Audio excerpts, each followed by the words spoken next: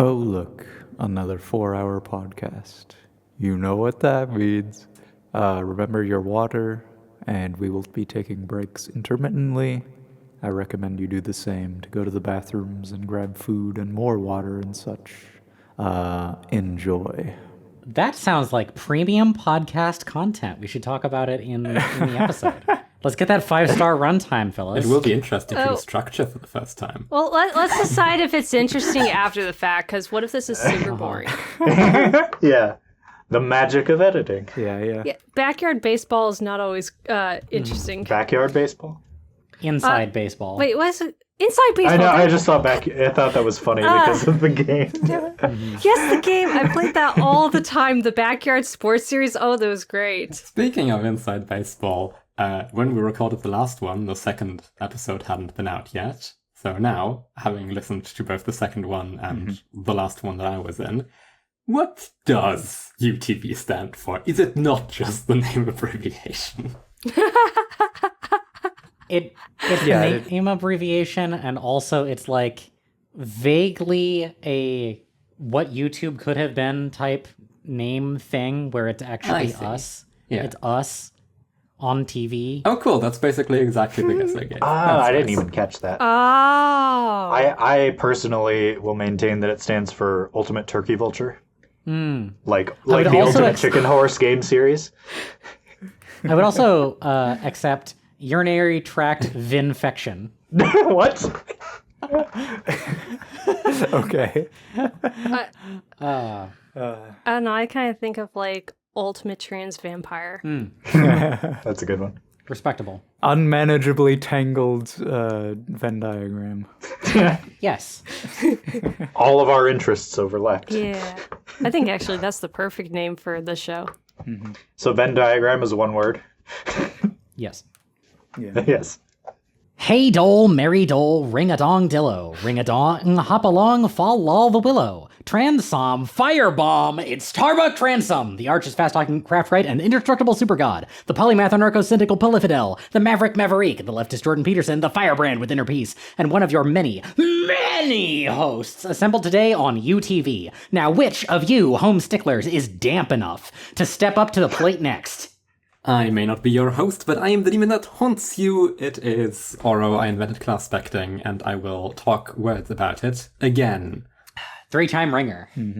And now another one of you go. And I'm Urcoy, the rogue of mind, wrangling many together once again. How's it going? Oh yeah, I do not think we gave our Classpects in the last Classpecting episode, which is honestly... Well, hold on, we'll do that after we finish. Yeah, that's definitely after.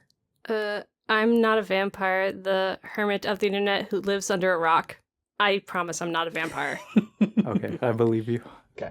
And I'm Gentle Anachronist. I am Urcoy's sibling. I'm here. Hello. Classpecting enthusiast. What was the other thing? You forgot pseudo-expert. Pseudo-expert, yes. Hater of Joseph Campbell, etc. Yes. Yeah, there we go. Good enough, but terrible. Well, we've got if the last episode was anything to go by, we've got a lot of ground to cover. Oh boy. Classes compared to aspects are such like a... I don't know, there's so many more angles going on with them, at least when, I don't know, people like me and Oro try to come up with some kind of consistent framing for them as a whole. Yeah. This is an entirely fascinating sentiment to me, because even doing the review over the classes, I kept thinking, what am I actually gonna say about this? I've got like 3 things to say total. About Perhaps that will change as we dive in. Is your current feeling that this is because you don't get it, or because you get it completely and there's just nothing more to speak about? Yeah, it feels really straightforward. Yeah. That's 100% my problem. Yeah, okay. So in brief, my take on classes is that there's 12 classes, but actually there's 14 classes, but actually there's infinite classes. Well, kinda. Sure. Everyone's a special little snowflake. It's kind of the I would say that the class aspect combination is kind of multiplicative Yeah. And there's so many different expressions of, oh, I forgot. I was really hoping to get like multiple examples of like the same Classpect to kind of illustrate that point. I still only have the one example, but yeah, we'll get into that. Yeah, we're also probably going to be talking about Lunar Sway in this episode, because where else would it go? And I have more to say about Lunar Sway by a lot than classes in aggregate. Incredible. Interesting. That puts us on opposite ends of the boat then. Nice. And together the boat will not sink. Yeah. Yes. Most of the other material that I see about like Classpecting writ large is just uninterested in Lunar Sway. Yeah. It's just like, whatever, man. I think it's poorly understood. I mean, I don't understand it very well. Because it seems so I still haven't quite like latched onto what the like unequivocal through line is of what makes Lunar Sway consistent across characters. I just don't get it. It seems different for every single person. Well, okay. There is also the fact that you guys are talking about a comic and I'm talking about a personality system that doesn't have a comic attached to it. Right. I think... Because I didn't read the comic, so... Yeah. I mean, a bunch of the discussion about Lunar Sway is both non-existent, and if it is shallow, and if it isn't, it just gets insanely heated, then breaks down, and no one gets anywhere. Because Lunar Sway works the same way that gender essentialists think gender works. It's a binary where everyone who... they think it's a binary, and everyone who thinks this has this very set, obvious notion of what it's supposed to mean. Like, this is that box, this is that box. Boom, bosh, done. Nothing to speak about. But as soon as they get talking amongst each other, they fully disagree on what the boxes are.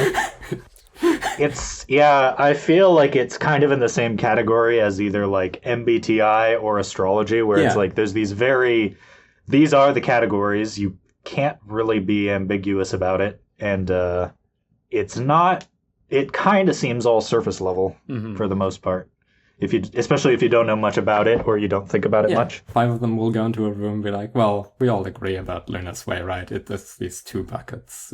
It's easy. Let's get to the easy stuff. And they're like, yeah, right. Lunar Sway is just whether you're dark and brooding or happy-go-lucky. The other ones are like, no, wait, it's about rebellion versus complacency. And the third goes, no, wait, it's actually about like having like a what's a good way of putting that one? Another one I've heard is conflict within yourself versus conflict focus on with self the world versus focus on externality, etc.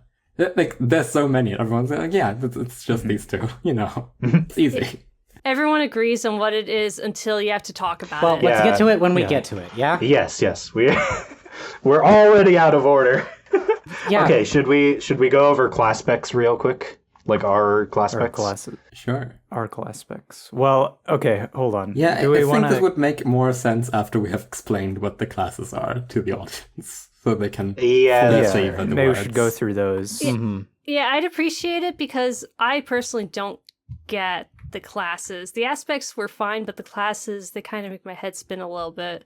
It might be partly because I've not read Homstuck, so I don't really have much to like grasp onto with that, but even still listening to other examples, I don't quite understand. Really, if for you and for anyone in the audience who has not read Homstuck, you're not at much of a disadvantage. Homstuck explains a lot of things. One of the things it doesn't explain is Classpecting. Yeah. Okay, so classes at the high level are how you relate, the particular way that you relate to your aspect. And it seems like it's supposed to be 12 personality archetypes, because hopefully that's enough to encompass the entire human experience. I wouldn't say at the highest level it's how you engage with your aspect. I'd say like at the highest level it's exactly a character, or like more correctly mythological archetype. This one's the very Jungian one. Like it's the role you play, and then it only becomes about the aspect through what we discussed last episode, which is that the aspect is sort of the material you work with, the milieu within which you exist. So like that is the thing you have to act upon, and then your conduct must be the thing with which you act upon it. Yes. So it's sort of the ways you relate to everyone else and like the role that you have and sort of the arc that you go on or tend to go on, basically. Either over a long span of time or sort of repeatedly in small ways. It's sort of like how I'm not sure which way I would orient this, but one is your class and one is your subclass or special or your like school of magic. Like classes versus aspects, which they inform each other and they are both intimately interconnected, but so it's kind of hard to delineate exactly what makes because a mage of blood is going to look very different from a mage of space, for instance, but they both have, so it's more like patterns of behavior or patterns of archetype, patterns of story, role, which ultimately that's what it comes down to. Is in Homstuck, classes are sort of the role that the character plays, but that is also informed by the aspect, which can, depending on the context, can kind of determine whether they're a tragic figure, a villain, a protagonist, etc. I mean, they're all protagonists in a way, but the combination and the context of the story that they are in can change so much about it. Yeah. Which is what I meant when I said it's all multiplicative. Classes are like, are you a monk or a paladin? And then aspect is, well, of which god? Yes, exactly. Yeah. Are you a paladin of Tyr or are you a paladin of Asmodeus? Those are going to have like similar conduct, similar things they do, but to affect a very different set of symbols, values, stuffs in the world. Mm-hmm. Also, if you understood that god joke there, you should definitely play a different game. I suggest you play Kismet. It's like the actual rules text is like 4 pages, but it's really interesting. Kismet is very simple to play. Are we ever actually going to play the Gundam game? I still want to play the Gundam game.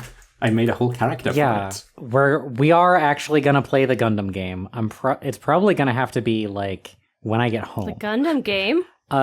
We're going to be playing a game inspired by Mobile Suit Gundam called Mobile Frame Zero Firebrands. Pretty quick read, really easy to establish, series of minigames, fundamentally different than every other role-playing game that is its predecessor. Really, really cool. Also, pretty freely available. You can read it for free. You don't have to pay someone $80 for a game that is terrible and racist. Okay. I really hate the dragon game. Like I really hate the dragon game. Play a different game. Okay, moving on. Yeah. Okay. Well, I guess we should explain the classes then. So Perhaps. Yes. you wanted to structure this in a way. What is the structure you want to do? Now, I had a question. Urcoy, what is the latest version of the class wheel thing you made, and how relevant is that to this conversation? Yeah, that's.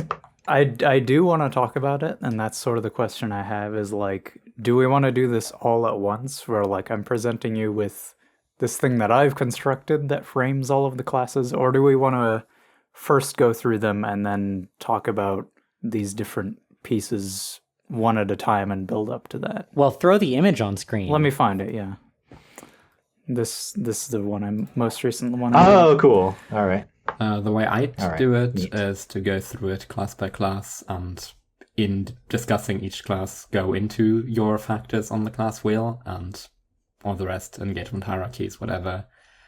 Because otherwise we just do a bunch of disconnected names first and then do the patterns later, which is probably gives, especially in audio format, you less to grab onto. And this way you get to order them in your brain as you learn about each one. That's probably easier. That seems fine. I guess, the only tricky thing is how many moving parts there are. Where do you think we should start, though? If we were... Because usually how I group these is in 4s, because of the engagement hierarchy thing. Yeah. Now, I would say my personal take would be, let's leave the destruction classes till last, because that kind of will muddy the waters. Yeah, I suppose. A little bit. I would say maybe starting with like the center, or like top and bottom slices, if you see on that wheel there. Okay.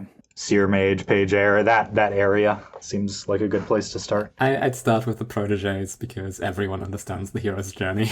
Yes, exactly. Okay, yeah. The Page and the Heir, then. I could give this a shot if you want. Yeah, sure. Okay. Sure. So, I'll give I'm not, yeah, so for context, I am an Heir of Heart, or at least that's my strongest, or that's been my strongest Classpect.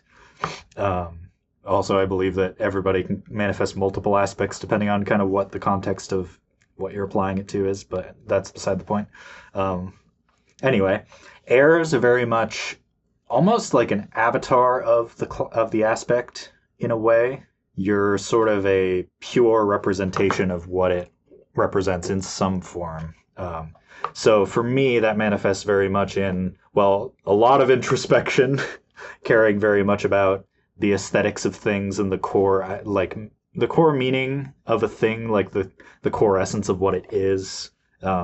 Because heart has a lot to do with the essential. Yeah, the essentials, the platonic ideals of things. Yeah, so when it comes to not people, but then heart also very much has to do with people and personality and identity and all of that.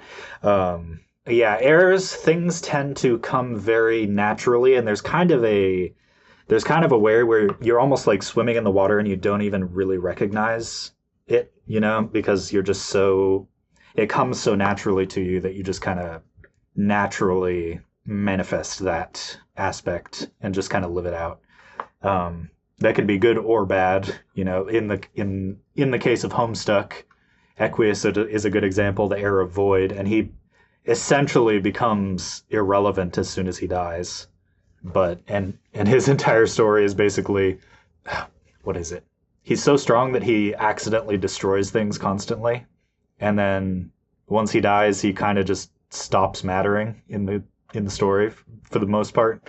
He builds robots to fight them, in which he destroys them because he is so strong. Like production for the sake of just everything in his presence is made ephemeral, and he is made ephemeral within the narrative. Yes.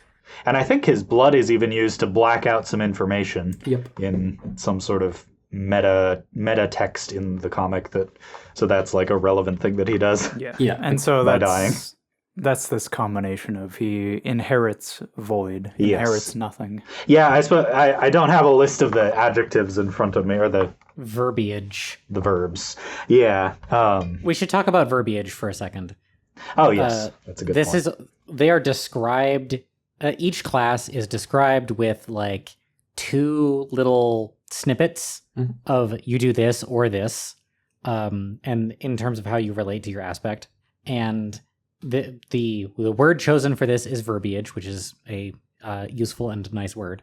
And it emphasizes that the class, or to me at least, that classes are verbs where aspects are topics. Yeah. Yep. Aspect is what you do. You do. Yes. Though, in the case of heirs and the proteges, which is heirs and pages more generally, this is slightly less obvious than it would be with others, because the thing they do is this becoming being, which is a very passive verb. We don't think of being as an action. But it is. And here the image you have for the word heir, which is luckily the case for a lot of them, quite helps. Like someone who was raised with this symbology, the duties associated with it around them, someone who was like bred for this interaction. You're very natural in it, you don't see it anymore. This is, the megacorp your parents gave you. The verbiage for heir is that the heir inherits their aspect or ascends through their aspect.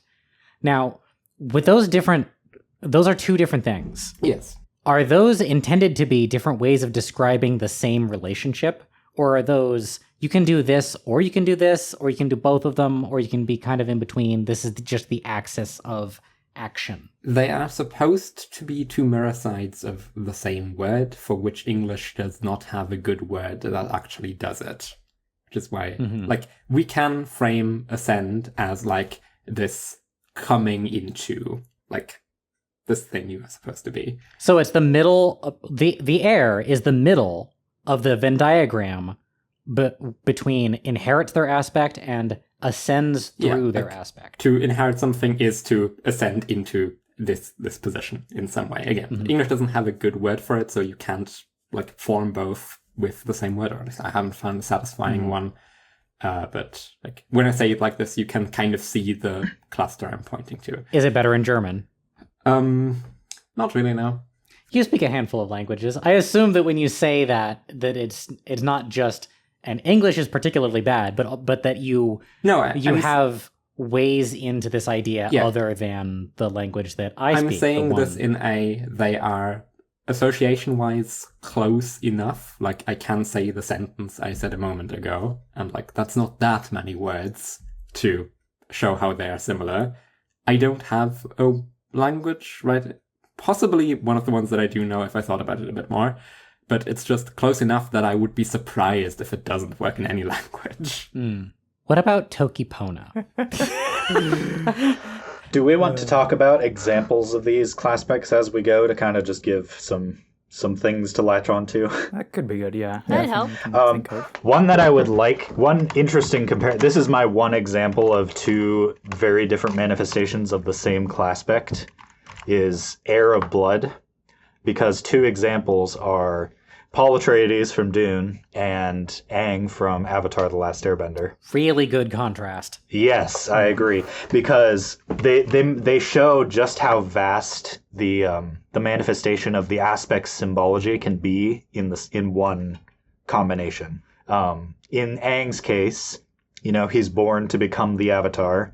He gets thrust into a role basically just by virtue of existing. He didn't choose it. He didn't ask for it. And he is kind of the center point for connecting all of humanity. He has a very big responsibility, whether he wants it or not, which is in contrast to the fact that he's an air nomad, and his natural disposition is very, what you'd probably assume is breath, but his role in the story is to be a blood player, not a breath player, at least in the narrative sense. Like, he has a lot of breath coding, but ultimately it's learning to become responsible, which that's a good representation of how Heir's, the real struggle is kind of like, you have all this power or this natural inclination for things. Can you actually recognize that and put it to good use, or will you just kind of squander it and kind of fizzle out? Dissolve. Yes, yeah. Will you become lost to the aspect? To follow on from the previous episode, we have talked about how you don't really have only one aspect. Obviously, you have a relationship or an orientation towards every aspect, because you can't avoid aspects of life if you just live for a while. Yeah. Yeah. So, and in Homstuck, the combination of all the aspects is basically, it's almost like the existence of real things is like the subtraction of everything but a certain aspect or certain aspects. Yeah. Almost like the way color works, where you only see what is reflected, not what is absorbed. And aspects are kind of the building blocks of the, what's the word? What's it called? What's the material of the world in Homstuck called again? Paradox space. Paradox space. The Incipit sphere is a certain section of it. Anyway, yeah. Paradox space. That's what I was thinking of, though. Yeah. This episode is already way more Homstuck than the last episode. You're welcome. No, just kidding. We're also getting into the meat of how to actually apply the aspects now. So, yeah. So examples help. The contrast to the Aang example is Paul Atreides, who he is an heir in the literal sense. Aang kind of is too, but in a more literal sense, he is the heir to a royal house, which is very related to blood, his heritage. He is given a lot of power. He's also heir to multiple millennium-long eugenics programs. Yes. Yep. Yes, and he ascends by harnessing his ability to connect people and like take control of groups through his inheritances. But in some ways they are very different characters, because Aang is kind of thrust into the role, which describes quite a lot of the characters in Homstuck, where their class spec tends to be more something put upon them that may be descriptive, may be prescriptive, but a lot of the characters kind of fight against it. Whereas Paul Atreides, his class spec is more of an example of what he chooses to take control of with, or what he uses to harness the story to his advantage. Yeah. Tragically, but yes, like Yes, the yes. whole arc of the whole arc of Paul Atreides is, if I accept this thing that has been set out for me, then I will have lots of power, but I will also be a slave to fate. Yes. And then he does that, and it's bad for him. Yeah. Messiahs Spoilers are bad. for the next Dune movie, I Universe. guess. It makes sense that class is the thing that seems more thrust upon in some way, because that is what verbs are, that is what actions are. They're error correction. You don't have to do anything when things are fine. Action naturally results from things not being fine and you being in a position to do actions about it. Yeah. And sometimes you're forced to do things that you don't want to do because, well, Paradox Space decided that this is your job because this is how the timeline is supposed to shake out. And if you don't, then you're going to end up in a dead universe. Congrats. Anyway, getting too into the Homestuck there. Let's get back to the class. Yeah, I want to, because I'm expecting that most of the people that I want to listen to this episode are not very Homestuck, and I'm probably never going to be. So, like, keeping it somewhat grounded in people's real lives is the thing that allows a system like this to escape its origin. Yeah. Which is what we want. Like, if there is something useful in classes the way there was something really critically useful in aspects, then I want it to have more traction outside of a webcomic. Yeah. Yes. Yeah, you got to get I the suppose I could- structure outside of the Homestuck context. Especially because that webcomic really likes saying slurs. Yes. I suppose I could give an example of like how it manifests for me, like why I kind of settled on Heir. Yeah, that helps. Yes. Before we move on to the next one. So in my case, I just found that like, and again, these are all, I think it's one of those things where the personality type system can kind of describe things that everybody does to some extent. It's just how strongly do you associate with this, and do you kind of find it to be particularly meaningful or applicable to the way your life has gone, etc. But I mean, like I said, a lot of fixation on identity and introspection, trying to figure myself out. I found that I've taken on a lot of things from people, like other people that I've known, which I kind of interpreted as the inheriting verb. So I'm sort of inheriting pieces of people's identity, just because that is a particularly strong thing for me, is fixating on kind of what's left over from my interactions with people and what I carry forward into the future. I find that thinking about identity and the vibes of things, for lack of a better word, comes very naturally to me. I think I have, like anything to do with identity and personality. It just kind of, I've just always had a fascination with it, and it just comes very naturally to me. So it just kind of makes sense. And I do find that I have that little bit of aimlessness where I'm not quite sure exactly what to do with it. Yeah, I was going to say, from the outside, what I tend to see with heirs is like, you are this way, and like the rest of it is like, okay, now what? What do I do? That didn't feel that meaningful, and that was whatever. Yeah. What do You I do? inherited the company, you know how it works, but like you didn't build it. Yeah, you don't have that sort of frictionful attachment to it. The whole thing about being kind of an avatar or a manifestation of the aspect sort of makes sense, because if you're that close to the aspect in its purest form, you're kind of not verbing very strongly. Yeah. You're kind of just experiencing it as close to its raw, like just elemental form, and not so much in a very applied way. Yeah. Unless you figure out a way to harness it. And so the arc is usually more a rediscovering of the thing, seeing it with new eyes, either through like the things that happen to you, through people you meet, and like formalizing and actually coming to grips with this thing that has invisibly led you through all of it. Basically, half of all protagonists, like the more conventional story is, the more this is true, are heirs, because heirs are the default thing to write. Once you have a theme, you just write the person who is the embodiment of this theme, now exploring it from the inside through the stuff that happens to them. I made this big example chart, and yeah, a lot of these heirs are the main character of their story, because it's very convenient to write stories about heirs. Didn't we type Goku last episode as an heir? We did. Yes, that sounds right. Even though I've not watched much, like hardly any Dragon Ball And that's Z. an heir of breath, as boy. to contrast with the heirs of blood. Oh wait, and heir of breath in contrast to Egbert. Yeah. That's very interesting. I wouldn't know, but yeah, that is funny. I imagine there's a contrast. For the other heirs of breath that are listed in the treatise on Classpecting PDF are Theo from Celeste and Greg from Night into the Woods. Yes. I just have spent a lot of time looking at this like grid, by the way. Oh yeah. Like over the course of the last several years, basically since this chart came into existence. It still has a bunch of holes in it. It still does, but they're getting gradually fewer. I try to make a habit of any time I finish a book or something, think of, okay, does anyone in this fit any of the blanks? It just becomes true less and less of the time. It's hard to think of 300 distinct character types. Yeah, you basically can't. You just have to go through the last piece of media you've engaged with and go, okay, what are they? Do I not have an example for any of those yet?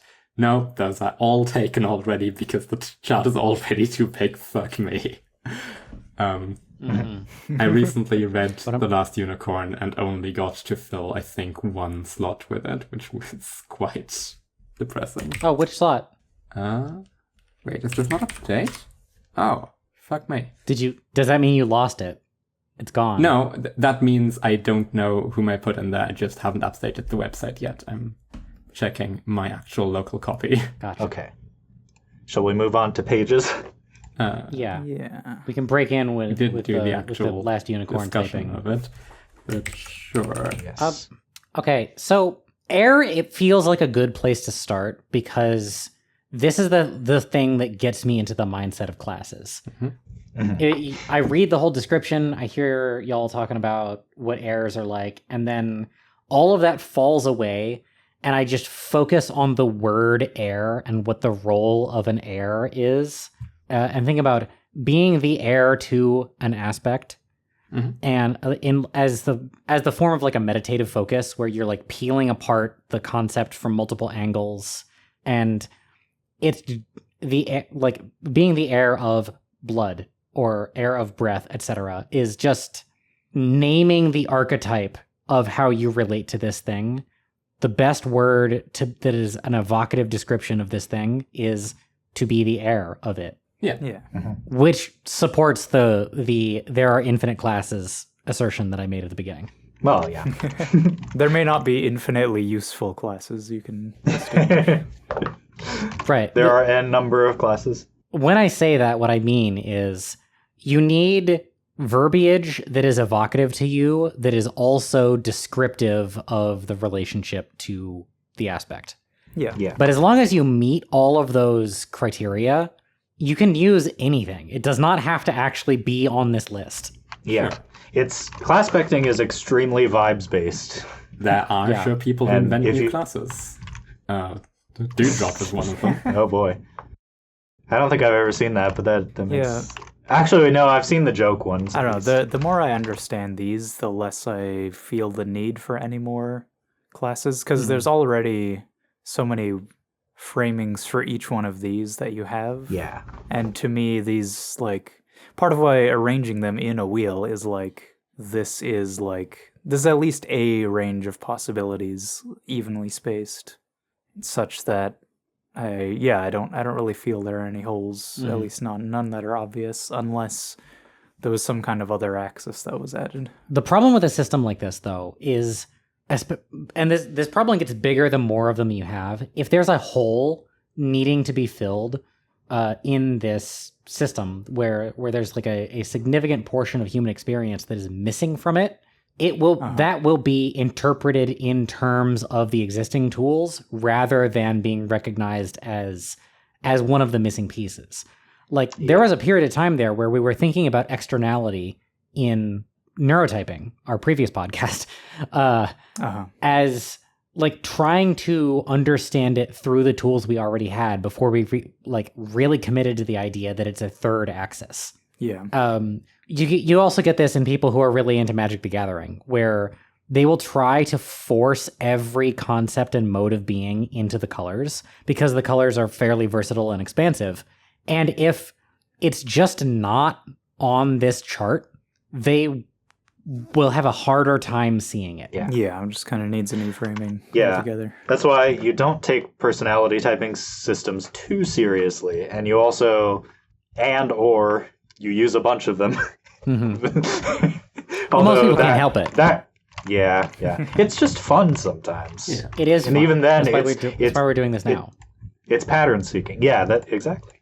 Yeah, so out of the last Unicorn, I only got a Dursite Prince of Doom in the form of King. That is why I was so upset. She was like, fuck, this was such a good book. I only get to type Keg fucking Haggard. Hang on to that one for so later.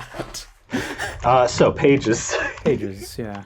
So pages are much more. They are another very common type of protagonist, but they are much more like the underdog, the kid who needs to learn how to kick ass. The newcomer who really does, or the newcomer, the underdog, the weak character who needs to learn to become the hero. And once they do, they become extremely strong. But and they also tend to attract a lot of like outside assistance. I don't think this is universal, but generally page characters tend to have a lot of like supporters, mentors, etc. Yeah, I mean, there are people out there looking to impart their knowledge and teach people, and pages are a magnet for that, generally. Which can be good or bad, because on the one hand, it means they can have people backing them up. On the other hand, it means they might be subjected to advice or assistance that is actually very much against the type of character development they actually need. Yeah, it's very much the opposite of you're completely new to this. You have no idea, and maybe you're quick on the uptake, maybe you aren't. Like it's a much rockier path that comes with usually much more extreme changes. This is the growth and learning pair. Yes. Yeah. And I think like there's sort of a problem introduced in Homstuck itself with pages where like Andrew Rossi kind of hates them in a way, or is like antagonistically writes them where they're like just pathetic the whole time. And I feel that did not give a very... It doesn't give the idea of like, okay, but what do they look like across time? Yes. Like, because they take time to grow. I think the whole thing is like, it's not necessarily about becoming a particular thing. It's like their whole deal is to try on hats over and over, is to learn and try out as many things as possible. And this is like part of... Potential. I think I can think of a few. One that's listed is Steven Universe. I haven't watched Steven Universe. But... Yeah, that's what I was going to say, is like a really evocative example of a page of heart that people hate for being a page, and those people are wrong, is Steven Universe himself. Yeah. And I mean, especially in what happened today, I guess I don't. I somewhat understand Hussey's frustration with the way they handled pages, because a bunch of the fan culture was like, oh, why is this character so weak and pathetic and bad at things and don't seem like they're fully in their groove yet? Let's just strip them of all the conflict that makes them interesting and just give them a power fantasy, because that's a nice thing to do, and I like this character, I see myself and my struggles in them, so let's just make them super cool and competent, which is fully missing the point. Yeah, it doesn't help that all the pages we see are teenagers, which is a pretty rough time of life to be the underdog. Yeah, show me a page in their 60s. Yes. Yeah. Oh, well, there's Grandpa Harley or whatever is in Homstuck, who's like the old version of Jake English, who is the Page of Hope, who is he becomes like a extremely renowned explorer, businessman, etc. Typical rich white guy. Like Earl Hickey of My Name is Earl is the oldest page I'm aware of in media. I'm astounded that you've seen that show. I have seen some episodes of it as a kid in German. Gotcha. But yeah, I was at some point reminded of it and was like, oh yeah, that's like an old Page story where you realize that you've just been fully doing it wrong, and then you start your struggle session like late, but you do. There's a similar arc in my very favorite audio drama, Greater Boston, for Michael Tate, who's also like, he's probably like in his 30s. He's not as old, but he's also like fully grown adult doing a Page arc. In that case, recovering from alcoholism. I think I know at least 2 Pages in my real life, and both of them would feel super called out if I said so. Well, fuck him. I think, I want to say that Heirs and Pages, I think they're very common in the anime protagonist sphere, especially Pages, more so than in Western media, a little bit at least, because the archetype of like the protagonist who starts off at power level 0 and then eventually becomes like a demigod because is a Page. That's a Page arc. Yeah, the power creep is most enabled by the Page. Yes. Anime respects effort a lot more than Western media. A bunch of Western media is like very fascinated with inherent skill and doesn't care about like the brute force put into it. Yeah. And Page is very much no, it's actually just hard work of like bashing your head against it over and over again. And my criticism back to that would be that, it can be hard work, but it doesn't have to be that hard if you just try a little better instead of trying harder. Ouch. Sure. Yes. And that comes to the potential flaw of some Pages where they just they try very hard, but they're not good at it, and they just bash their head against the wall forever.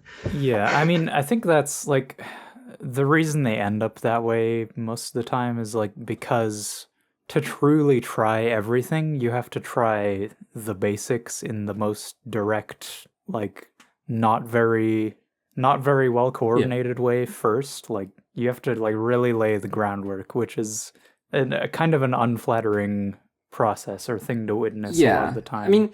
I mean, that's like, I think part of it is it's just misunderstood because most other people are not trying to, like, not even honing their skills in that way, and are also usually only trying to learn a handful of things and maybe 1 or 2 things really intensely, as opposed to just being a learner in general, and that's what they're good at. Well, most people aren't trying, period. But, True. Yeah, a slight criticism of Tarbuck's point. You could try a little better, but if you already knew how to try correctly, you'd have basically solved the problem.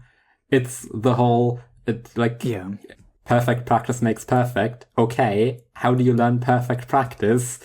Through practice. Like, you'll have to learn a shitload of things until you get perfect learning done. Because if you just could learn correctly from the start, no one does that. That's like the main difficulty, learning how to learn correctly. And you do it by learning things. Yeah. Yes, asterisk. There's plenty of people who spend lots of time learning things and never ever get anywhere because they do not consider what they're doing. Yes. One of the key ingredients to the universal method is think about what you're doing. Yeah. If you don't do that, you are doing it wrong. Here's a philosophical question for in the anime category. Is Saitama from One Punch Man, not One Piece? One Piece Man. One Piece Man. Is he a heir or Page? Because I know that he got his powers by just trying really hard until he was the strongest. But does that mean that he's an heir or a Page who won?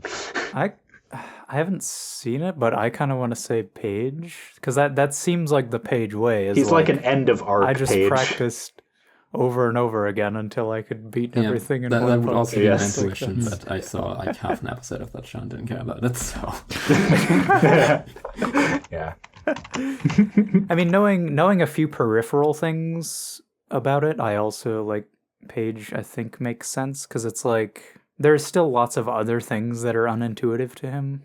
Like, he's learned this one thing, but there's like more... His struggles involve like trying to take advantage of a coupon for the grocery store or something. Yeah, it's like... while he's also dealing with the super villain destroying the city. Yeah, I wouldn't characterize his struggle, from what I've heard, as realizing the power you already possess and figuring out what to do with that. That doesn't quite seem... Yeah, the shape of his story, to me, is not about learning or exercise or practice or any of that. It is about coming to grips with the separation that is created by having an extreme expertise, and now you're untouchable. and that keeps you away from other people in a way that sucks. That sounds like a Mage story. This framing of it. We'll find out when we get there. Yes. Also, our audience member has suggested that Moana might be a page, which kind of makes sense. Yeah. Well, I suppose. Mage-ish. Yeah. Definitely true. We have a secret audience. This is being filmed in front of a live studio audience. We have someone listening who isn't comfortable recording, but we may get occasional suggestions or something. You're welcome to write in. UTV4 was filmed in front of a live studio audience. Yeah, a live studio audience of one extra person. If you hear canned laughter, it's not canned, actually. That's our one audience member. You probably won't, though. But media doesn't like giving women page stories. Because, like, effort isn't respected, period. Effort in women isn't respected at all. Yeah. It's expected, but it's not respected. Right. Expected, not respected. Yeah. Although you do have on your list here two women at least. Yeah, that's more. Yeah, you got Usagi from Sailor Moon. You got Chisei from Ancient Magus' pet daughter wife. Sure. I got May from Night in the Woods. Um, got Mamimi from FLCL. Yeah, that's a good few. Yeah. In that. Oh, I missed that one. oh, Jacob Black from Twilight. I think the audience member would enjoy that one. Oh, yeah. Yeah, he is shaped like that, isn't he? Yeah. Climbing the Jacob's ladder. This is not helping the pages are hateable dynamic. Not all pages overstep sexual boundaries. Eyes up Shinji Ikari. Not all. Page of rage. All right, gonna move on from that example though, because Vamp has not finished Ava. We're about halfway through. Oh yeah, but like in here for more the if Saitama were a page, Kia Fiore of Thrilling Intent is more in that genre of like hyper competent page. To give the brief breakdown, guy living alone on an island, cut off from the world, basically reinventing all of modern science plus some other things, thinking like, I'm the greatest genius who has ever lived, which he's up there, like did all of this himself, but also like lives on an island with like 5 people and just straight up is not aware of how much shit there is, and then gets confronted with the real world that has already figured all of his stuff out and keeps doing I'll just break my brain against this real hard because need to be smartest guy. Let's see. So, do we want to keep going on the wheel? Yeah, although I am curious, like, me, Oro, and Anachronist are pretty sure of our classes, but I'm wondering, as we go along, how the rest of y'all relate to each of these. I'll call mine out when we get to it. Okay. We have only done 2 of 12, so there's plenty of time for 5-star runtime. True, yeah. I assume, Vamp, you haven't figured out yours yet, right? Or have you? Or are they here? Vamp. Vamp heard Evangelion spoilers and immediately disconnected. I walked away for a second to use the bathroom. Okay, sorry. We were just wondering where you were. We were just about to move on to, or potentially move on to, a third class. We were because I think pretty much everybody else here has figured out their Classpect, but I wasn't sure if you had, because I know when I was listening to the aspect video, you were kind of like weighing the different options. Yeah, I'm still at that point. I thought I was an Heir up until we started like explaining it, so I don't think so anymore. I don't think I'm a page. I'm leaning like between like maybe like Heir or Knight. I'm not sure yet still. Okay. An errant knight. Well, we're only 1/6 of the way through, so you have plenty of time to to pick out the Yeah. whatever sounds most correct. Yeah. So I guess Seer's next. Yeah, that would be because I think Mage is easier to explain in contrast to Seer in some ways. Get these does that rectangle Yes. cleared? So Well, I guess Oro should. yeah, so a resident Seer should probably explain this. Yes. I am the resident Seer. Seers have the verbiage of like understanding, knowing, figuring out. They know their aspect, or they know through their aspect. Their aspect. Oh, yeah. Which sounds pretentious. Like, and I have never been accused of being pretentious. Oh, I can imagine. It's. I think the main thing characterizing Seers is obsession more so than knowledge. It's this like seeking, diving deeper, not necessarily for like any of the other classes might exhibit signs of obsession in the pursuit of something due to a situation forcing it. Seers have unprompted obsession with basically everything that might come in handy to some other thing. Like that is the core dysfunction out of which the rest then radiates, whereas for others it might be a dysfunction radiating out of something else. Oh, I think we didn't talk about this, but I think it can be helpful to look at the classes as different types, or I'm reminded also of Local Script Man's like what he said about enneagrams, how understanding them through like the character flaws or like the dysfunctions that they represent can be very useful and I think that's true of classes as well. Like there is usually a core struggle or challenge that they have to deal with. They're all double-edged tools. Yes, exactly. Yeah. For the Heir, it's the sort of blindness to the thing. It just comes naturally, so like a bad teacher of it usually, because they don't understand the hang-ups you would have. And they also don't always know what to do with it, even though they have, like, it's like if Superman didn't have his commitment to being a good person, and he was just like, well, I don't know. Yeah, whereas I'm the strongest guy on Earth, what do I do? The page usually has a pretty concrete goal. They know what they're doing, but they don't have the tools. Yeah. Yet. And so they have their constant like bashing head against the wall.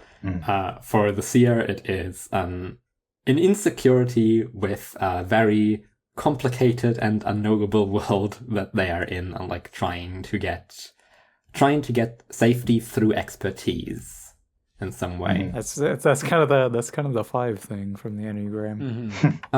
Okay, so if you're a 5, you're a Seer. No, disagree. As a 5, but there's definitely overlap. Yeah. Several people are typing. I love having that effect on people. I can tell.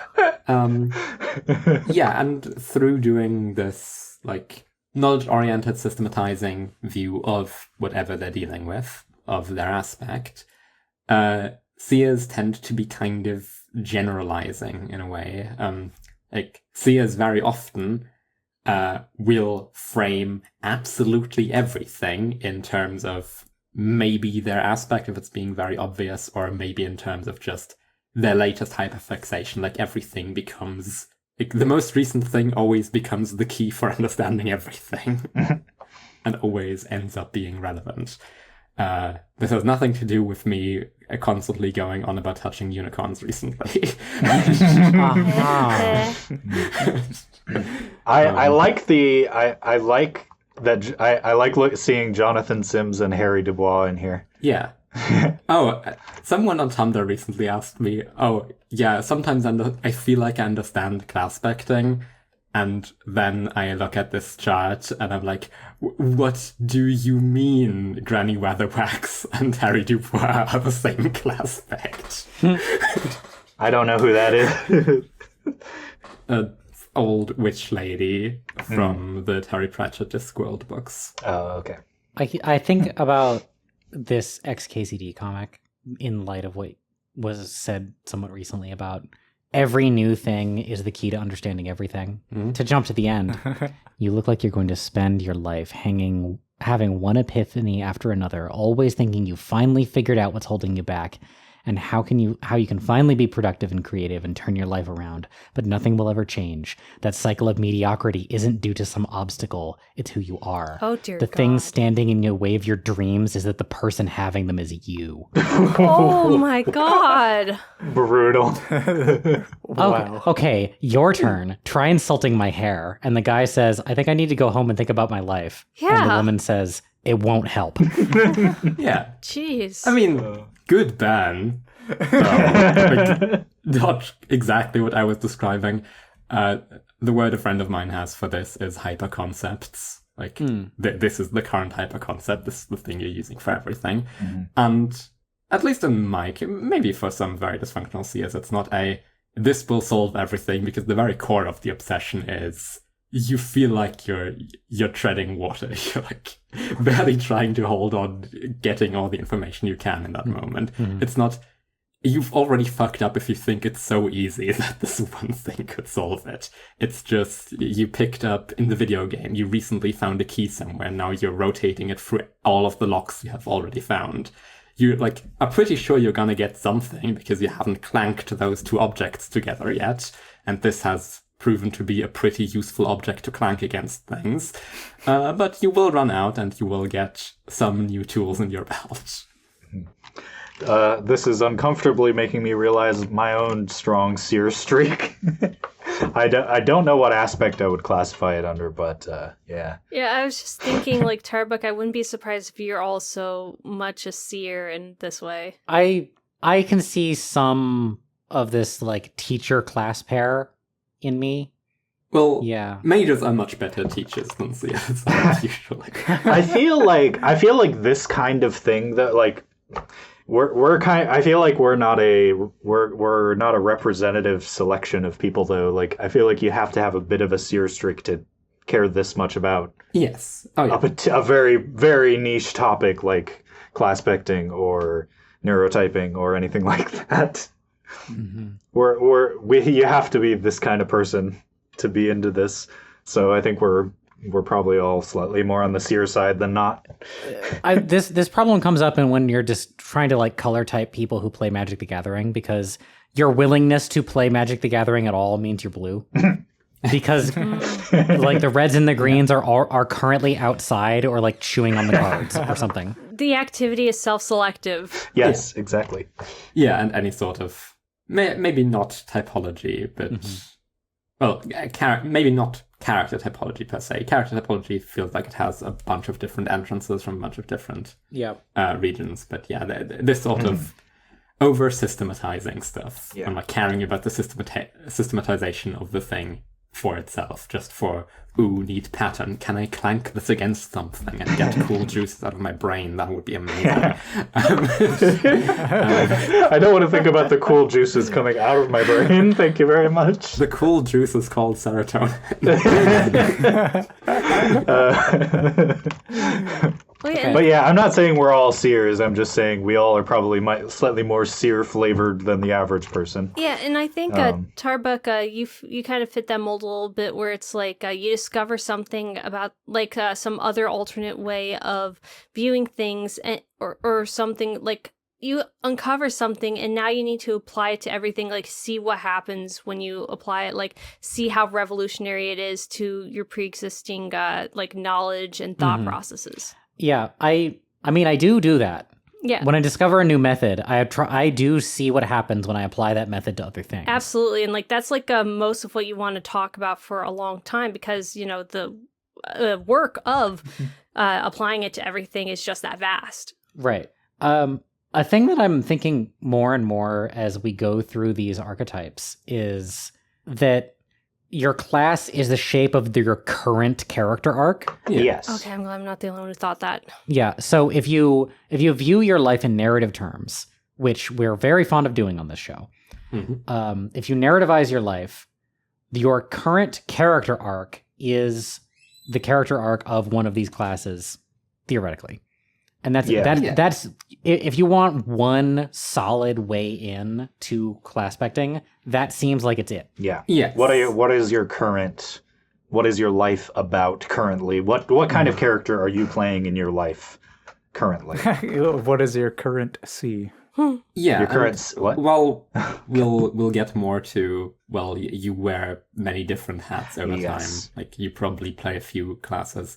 What is your current character arc kind of comes with a ring of very short-termness that isn't necessarily implied. Like, arcs aren't a thing that happens one after another. You have arcs within arcs within arcs within arcs that are very short-term arcs within very, very large arcs. But I think you can fundamentally change enough that something very different can surface in a much later stage of your life. Yeah. Yeah. Oh, I'm a little bleaker on that. I think that, yeah, definitely people have character arcs, but most people are incompetent and they don't try very hard and they don't really do much. They just try to exist. So most people go through like a maximum of like 3 character arcs in their whole lives because most people don't try very hard. There's a lot going on, you know? I recently read all of the Oscar Wilde essays. Among them is an absolutely batshit one called The Soul of Man Under Socialism. And among the many insane sentences that are in it is... to live is the rarest thing on Earth. Most people merely exist. Oh, that's so Tarbuck core. Which is a very Tarbuck I say this line. constantly. Yeah. Yeah. I've been saying this for decades. That's an internet. That's put that on a picture of something or other and post it on an internet meme page. That's I've seen that like half a dozen times probably. This is why I teared up watching fucking WALL-E, is because of that sentiment was expressed defiantly. Yeah, I don't want to survive. I want to live. Yeah. I just watched that like a few weeks ago. I'm still turning over Jonathan Sims in my mind. I think he's a good example of the obsession concept of the Seer. Absolutely someone who falls into the obsession, who realizes relatively early that the knowledge he is seeking is not only not super useful to him personally, but is actively harming and destroying him, and goes deeper anyway. Other notable seers, we got Diogenes the Cynic. Love that guy. What an amazing person. We got Dr. Jennifer Melfi from The Sopranos. She sure does see rage. Lol. We got Harrowhawk Nonagesimus. I don't know any of these other characters. What about... I don't know quite enough about Harry Dubois to comment, but that one is interesting as well. Yeah. The deep fractal rabbit holes he seems to be able to go on when he's having interactions with people is fascinating. Seer of mind. Yeah. He sees his own mind very intensely. Well, yeah, it's mostly seeing of the many paths things can go down, and that's kind of also diegesis of the game in which he exists. Under Seer of Time, you have... Seer of Time. Under Seer of Time, you have notably bad person Nick Land. Yes. My favorite notably bad person. Yeah, that sounds ironic, but the people with the asterisks we do genuinely not like. Yes. They're bad and they're on the list being disavowed already. It's like if you put Hitler on a list. Like, that guy sucks. Yeah. Also because people come out to cancel me, only real people get asterisks because I'm not going to get morally outraged about fake characters who exist to be interesting. Amen. I'm going to be morally outraged about real person causing suffering to actual human beings. Thank you very much. Yeah, otherwise L would have an asterisk next to his name. Yeah, right? it doesn't... It doesn't do any good to disavow like L or Light or something because they're not real people. Right. You can't punch them. Oh no! What are you gonna do, you reader of this? Go out and financially support L Death Note? I don't think you will somehow. I think we're relatively safe from that. Team Jacob? No, just kidding. I'm not. None of you have played Half-Life 2, have you? Nope. No. Oh, where are you going with this? Oh, I just wanted to bring up, I think is a good example, is Dr. Wallace Breen as a Seer of Life. Any relationship to Neil Breen? No. No. For a little context, Earth got invaded by aliens. They lost the war in 7 hours, and then Dr. Breen was a scientist who worked at the facility that caused the whole situation, which was basically opening a wormhole to another dimensions where a bunch of hostile aliens invaded Earth subsequently. But he kind of took over, basically, in his perspective, it's very much like stemming the bleeding of human extinction by collaborating. Okay. But just kind of ends up that he's, king of the slums in this dying planet. And he's kind of a... Nobody likes him. Yeah, nobody likes him. He is immensely pretentious. Yes, he's pretentious and pathetic. How would you Classpect the G-Man? The G-Man? Oh, yeah. Urcoy, you had one for this, right? The G-Man? What was... the G... Well... I like how Urcoy got stun-locked by that pronunciation. The G-Man, Lamau. Well, I think the G-Man is Void. Just because of, it gets a little weird if you try to, this... I guess this is an important note of, people sometimes tend to interpret characters very literally. And the G-Man is a good example of why that doesn't work, because it's he has time and space powers, seemingly, but is also kind of... They're incomprehensible if you take it that way. His whole, void coding, I think, is, how... He keeps a lot close to the chest, he barely tells you anything, he's kind of... Some of that is, he's not allowed to, seemingly, but also he just likes that you're in the dark about everything, and that he gets to mess with you like that. As for his class, I mean, we'll get to this later, I guess. I think he's a bard. Interesting. I could see it. Yeah, I guess we'll get to that later. Yes, we can circle back to that one. All right. Tagged for later. In the meantime, this is where I get off. Yeah, we'll let the G-Man just watch us ominously. From the background. He'll be staring at us the whole time. Yeah. I also wanted to bring up I don't know, Urcoy, do you still agree with this, that Gandalf is a Seer of Void? A very different kind of Seer of Void to Oro in a way. I don't know. I don't know if I would say... I don't... I think Void makes sense. I'm not yes. sure. Yes. The reason that we kind of settled on that, because Urcoy and I kind of just made we sat down and just had a long Classpecting session and just did all the characters in Lord of the Rings, just because we felt like it. We've done it with a couple other things too, but... So we actually Classpected Gandalf the Grey and Gandalf the White as two separate Classpects, because he takes on a very different role once he comes back to life. Yeah. This new Gandalf is more grumpy than the old one. Yes. Yeah, Gandalf the White is also thousands of years older than Gandalf the Grey. Yeah, he went through a time, he was outside of time for a long time. That's why his personality changes so much. He's not the same guy.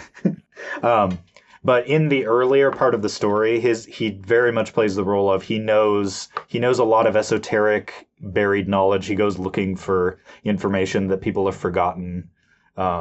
He helps them, find their way through dark and difficult and mysterious places that nobody knows much about.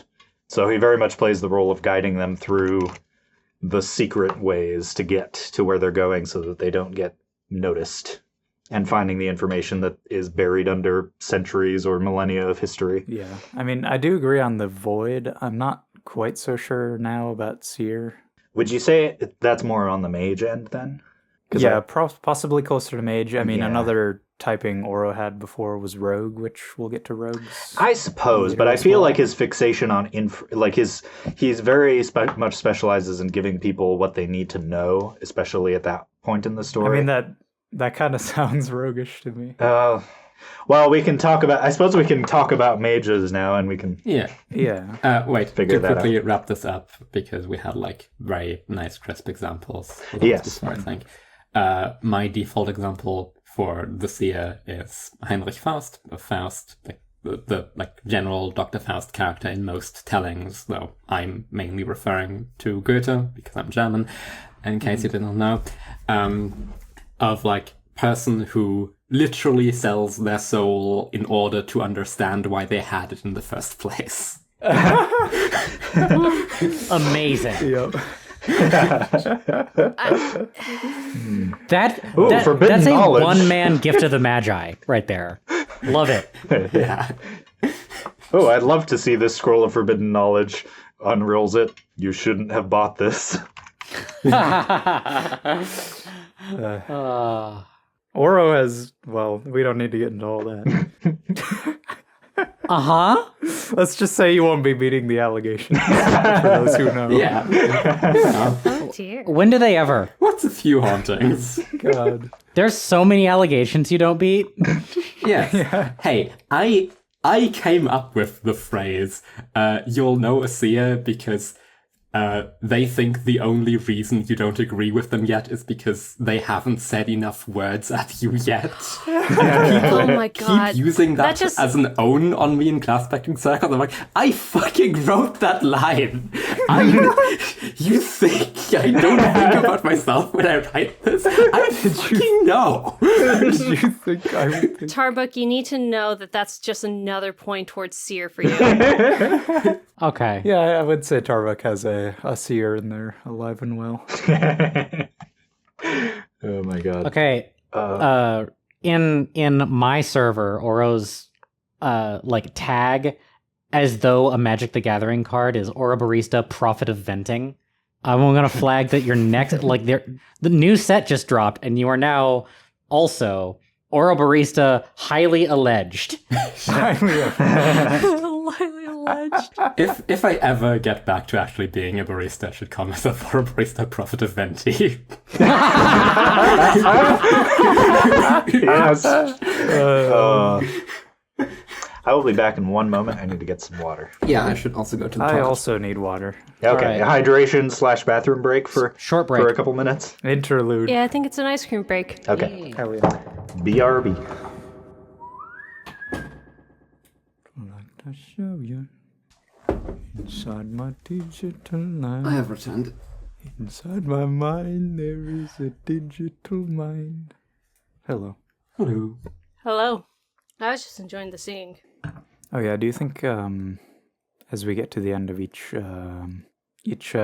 rectangular grouping we should explain the like engagement hierarchy thing, or should we save that until Yeah, I think that's sensible that after the first 4 block we give some overarching theory. Okay. Seems like Yeah. a good idea. This first one is pretty obvious. Yeah. I want to flag that we mentioned at the start that we should figure out what the format of this should be, and then we didn't do it. Yes. It usually like goes the opposite way that I think. I then it's later going gave a to. proposal and we ignored it. So. It's like the thing of like, well, I considered it, and therefore it is dealt with. Yeah, in my head, I tend to break things down to like mechanical pieces that reassemble, and that was like sort of the structure in my head. But it usually people have an easier time with a more holistic approach. Yeah. I guess that's less exhausting too, because you can kind of just say what you want about the thing. Yeah. I expect it really depends on which mode of attention you're in. Mm-hmm. Again, I think on a written document it would be much easier to like load them all up at the start and then go into patterns. But with speech, where we will be taking forever until we are through all of them, I imagine like earlier classes will have already been forgotten by the time we like sort them into something. So we should lend that structure earlier on than we would have to in a more fast-paced written. All right. Yeah. Also, what do you think about the I guess axes, for better lack of a term? You know, the active passive convergent divergent. Should we wait on those? Or Oh, no, I thought that's what you meant. Oh, you just said okay. engagement hierarchies. No, I meant generally go through patterns. Yeah, get as and much systems. structure in there as you can. Okay. Yeah, I just wanted to clear that up. Has everyone returned? I'm back. I believe so. Vamp. Yeah. Okay, Okay. we're all here. So, mages, right? Mages. Yes. Well, we don't have one here, I think. Yeah, I do. I have often kind of considered that I think Mage of Void is a pretty strong contender for one of my top class specs. I don't know if, well, again, I don't think it's the top one, but I don't know if I've thought about it in the right ways to explain it properly. Might be up there, is what you're saying. Yeah. So, mages, in contrast to seers, they are... Verbiage first. Yes. The mage understands their aspect or understands through their aspect. In contrast to knowing. Yes. Which is, admittedly, from the words in English, not the clearest delineation. Yes, the way that I've found to explain it is that mages are more of a specialist. Like, it's like the difference between someone who's very interested in knowledge for its own sake and someone who is interested in knowledge for its application. Yeah. I don't know if that's entirely correct, but generally they seem to be more like practically, like, it's about what they can do with their knowledge rather than just wanting to know. Seers tend to abstract the knowledge quite a lot into like something legible and transferable. Okay. Just in that form, whereas mages, it's very much about the application. Like, so maybe I'm more mage than seer. That's not the one I would use. Like I wouldn't go, oh, Seer is more abstract. In some sense, it's the opposite. Like, in some sense, more abstract, in some sense, it's the opposite. I tend to go with mages are more teacher, Seer are more mad scientist. right. The mage is gonna explain to you all the reasons why you shouldn't touch the hot stove. It's more wisdom in that way. And the Seer is like, well, touch it. Find out. You want to actually know, right? That's how you find out. Like, easier to impart wisdom if you have them experience it. You might know that touching the hot stove is bad, but have you felt it? Yeah. This makes me a seer of car crashes. A portion of distance. Again, the Seer is like this dive down, throw yourself into it, just become absorbed by it, sell your soul to find out why you had it in the first place, be Johnny Sims, learning that this knowledge is highly dangerous and isn't helping you, and like keep doing it anyway. Yep, cause the apocalypse in the process of trying to figure out how the apocalypse is going to happen. I am somewhat prone to like looking at basilisks or directly examining psychohazards. I would say that mages do kind of tend to do that to some extent as kind of an occupational hazard. I mean, one of the examples in Homstuck is a character who directly engages with very like harmful code and like apocalyptic visions. Yeah, apocalyptic visions, has psychic powers that are very detrimental to his health to use, which is connected to his doom aspect, but still, like, as a mage, it's very much like, I want to say like measured risks in the application of knowledge. Yeah, sure. Like, measured risks exist, but I would disagree on that particular read. Don't worry, I'm not going to go too deep into Homstuck. Okay, yeah. Mages very often have the touching the hot stove as part of their backstory. That often is how they became mages, how they became the person who goes, hey, here's all the reasons why you shouldn't do that. You don't need to find out. Like, here's what I learned from hard experience. But even in that example, like, the code which does the bad things is sent as a, hey, don't run this at any cost. It will do bad things. Whereas, like, the seers of Homstuck have never cautioned anyone against, talking to the various sources of very, very unsafe knowledge. Have never said, hey, maybe don't look at the basilisk. The mage might have, like, looked at a few basilisks themselves, maybe through accidents, maybe when they weren't quite a mage yet, or, like, general fuck-ups. But their later disposition, the thing that makes them a mage, is this kind of wisdom thing of, like, knowing how to deal with knowledge rather than the obsessive. This comes up whenever I talk about, usually in very veiled terms, how I'm an actual psychic. And there's a lot of things that I have like either researched directly or been party to, like experiments that I have been party to that are extraordinarily dangerous. And that is the kind of thing that is exactly why I don't do this stuff anymore. Yeah. Even though like I have the ability laying around, I'm not going to do anything with it because a lot of that stuff is either like pointless or ridiculously dangerous. Like if you meet the Slender Man, don't poke him too much. As to choose like an evocative pop culture example. Also, I met the Slender Man at one time. He's cooking hot dogs on the stove. What? Get out of here, he's hungry. You guys homie, not baby. seen the video? Stop reading the refrigerator. Forgot about that I video. so don't know what you're talking about. Same, no idea. Oh my god. Hold on, let's see. I'm gonna just post it in the chat, and if you'd like to watch, it's 60 seconds long. It's a Vine. Oh no, it's a TikTok, but Yes, I would love to. I see. yes. And now, the more you know. Now you know. Has this been a Seer experience? I have seen a thing. You had to see You it. have seen the thing.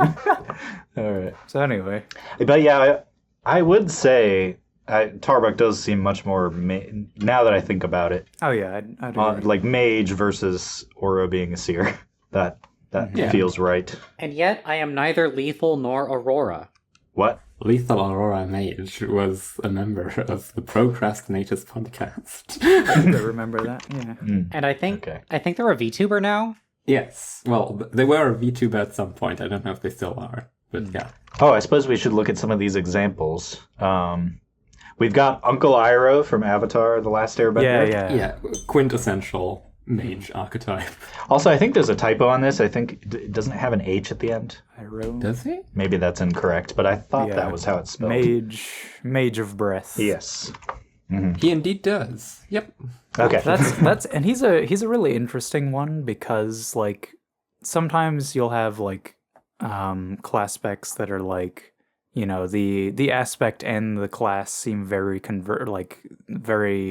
they kind of stack with each other to like they're like more extreme. Whereas you'll have other ones like this one where it's like they seem to be pulling in opposite directions almost. Yeah, right. Like Mage is this very cautious, slow wisdom thing, whereas Breath is the, disentangled. But that does find a synergy in this sort of Zen monk archetype that is very disentangled from the physical world, but with the... I also really like the sort of unexpected parallel of breath and fire. Yeah. Because fire, you would tend to associate fire with Time. you know, rage or time or something like that. But with breath, you know, because of how fire is manifested in Avatar, it's much more about breath control, and that's kind of the source of their power. So that's kind of, I just like that. I think it's cool. he's aware of the more like fluid kind of loose interactions with fire. Yeah. I mean, his whole like learning techniques from the waterbenders, for example. Why do we think Tony Soprano is a mage? Mage of blood, specifically. Like, blood makes perfect sense for Tony Soprano. Mage? Yeah. Talk to me more. Well, amongst a group of mafiosos, he tends to be the element of try to, question why we are doing this, how are we doing it. Like, him getting therapy in the first place and continually returning to it is the attempt to get that outside view, and tends to be at the very least to Chris this like father teacher figure. That makes sense. We also have You convinced me. we have Asgore from Undertale. I can't speak to that one. I think our audience member might be able to, but we also have Edward Cullen from Twilight. We have. Asgore does make sense actually. Can you explain that I got one? Asgore from you, Koi. What? Asgore's on this list because of you. Oh. Okay. Oh.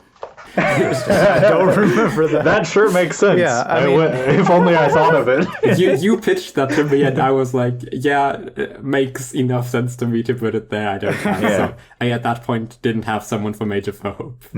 Yeah, it's sort of like is, is king of the monsters. The monster and the humans are like became separated at some point, and like the maid, part of being a mage is like taking the weight of the things you've interacted with seriously.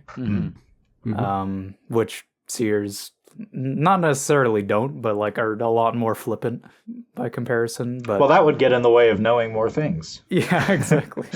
But yeah, that is very much his character. Like when you speak to him, and it's also like cautioning against certain things, and it's like doesn't really want to fight you, and it seems is like prepared to go down with the ship, so to speak, and a lot of mage coding, I think. Also, that whole thing about taking the weight of things seriously, that feels like another point in favor of Gandalf being a mage of void, because he's very serious about things that should or shouldn't be known about, even in situations where this is something you might run into, but I don't want to tell you about it because then you'll be too scared. Yeah, it's better if you don't know what you're up against so that you're brave enough to deal with it. Or I'm not sure if knowing would be good for you or not. Or this is bad to know, but you need to know anyway. Like all these different... Yeah, holding the line of harm reduction, I suppose. Yes, yeah. He perceives the info hazardous evil stuff and sort of filters it through to his companions. I can see a good case had been made for Seer, and a good case has been made in Mage. Maybe I don't know what class I am. Well, we can keep going and we can see if Yeah. Sometimes it just they are on the same, they are an opposite pair, so if much like aspects, sometimes just knowing the pair is enough to kind of put you in the ballpark, and then you just got to feel it out from there. Why do you think I'm not a mage? Let's hear it from that angle. I think there are certain intensities about you that read more as other classes. I think you're too active. Yeah. You do too much doing and too little cautioning against doing. Yeah. I would say it's kind of a side character of you. I have a mage subclass or a seer subclass. Yeah. And for completeness' sake, why am I not a seer? Is it the same thing? Well, I would say that once we got into the whole thing about mages, cautioning and focusing more on consequences and that sort of thing, I was like, oh yeah, you're very much about what are the risks of even just knowing about things, but also just your knowledge is very much focused on what to do and what not to do for very determined reasons. Have I ever told any of you guys about the contagious abyss? Yes. I've heard about it. Okay. I can't remember. There's a thing that I will not describe in too great a detail, where if I describe it to you fully, you would be able to find it by just seeking it out. As in finding the emotion, sensation thing in your brain, not finding a physical thing. Right. Like, this is a thing that is available to all people, and once you look at it, you can never look away again, and you are experiencing a thing called the contagious abyss for the rest of your life. And it's contagious because all it takes is a description, and then you've got it. Like imagine if I described to you a way to turn your head to the left, and you had never done that before, and now you have the temptation to turn your head to the left. But once you do that, you will see a scary ghost that will follow you forever. Our audience member says, like the game. Before we go on to broader patterns, I think since we did we did old pages because it's a rarer archetype, and in the same way young mages are a relatively rare archetype that you don't see too much of, tend to be like old grizzled figures who get to be the mentors to the protagonist and get to have had the touched hot stove experience, the wisdom of which they now get to imbue to the next generation. But you do get people who had that trauma early. I think a very good example of that is Alison Green of Strong Female Protagonist, a comic written by Brennan Lee Mulligan, whom people might know. Really? Yes. It's exactly as good as you would expect from that. Okay. It's fucking amazing. and is on indefinite hiatus because the people who originally made it are much too busy these days to be making a comic. Yeah. But yeah, she's the main character of that. She is Superman. She had the Superman family of like perfect childhood, is beacon of pure good, and got to burn out during her early teens because of the fucking system that exists around superheroics and how everything she does that is just saving people is a drop in the bucket against systemic injustice, because this is a Brennan Lee Mulligan story. Mm-hmm. Yeah, that's a Brennan story. Yeah. The other thing I was going to say as to why Tarbuck is not primarily a seer, I don't think, is the, I mean, I guess Aura mentioned this, is that they're more on the passive side of things.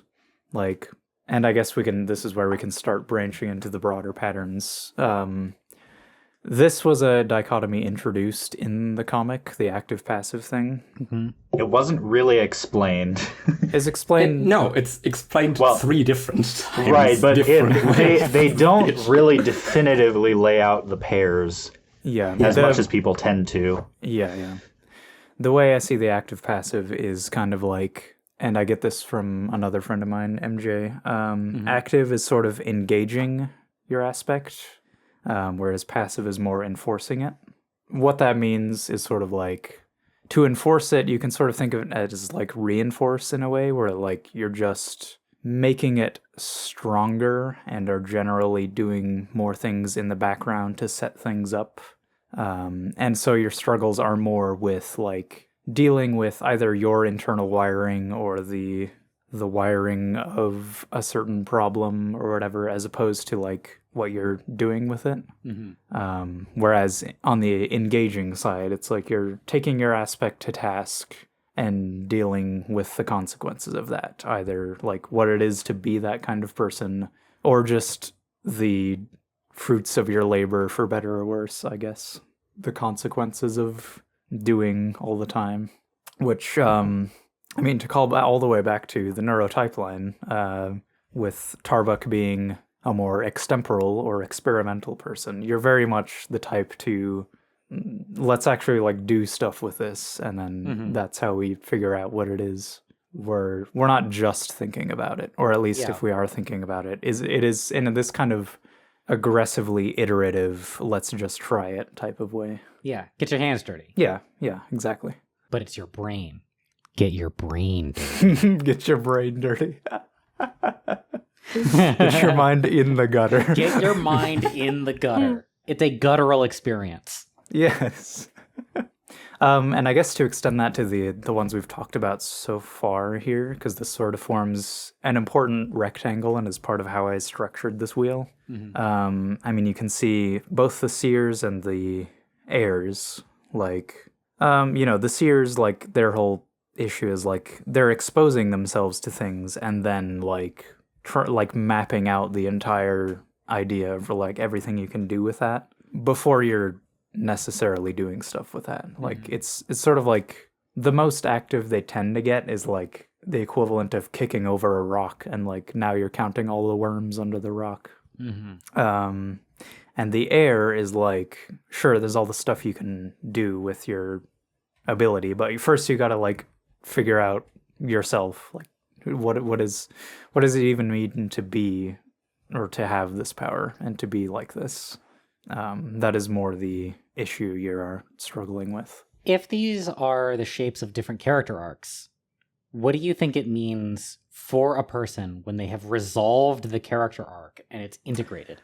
I think that's highly contextual, usually, against the actual problems they're facing. I mean, there is kind of like an abstract thing, like lesson that goes along with it, but like the fact that a certain lesson was pulled out of the particular interactions you had or particular problems you had in the world is like, I don't know, it's kind of hard to disentangle. Like, Gotcha. and it's tricky in real life because like it just kind of keeps going, and it's like, again, Yes, life just keeps happening. yeah, character arcs within character arcs. So it's like you can kind of have the same character arc again and again, but at different levels in a way. Like it does resolve. Tapped the XKCD comic. Lol. Yeah.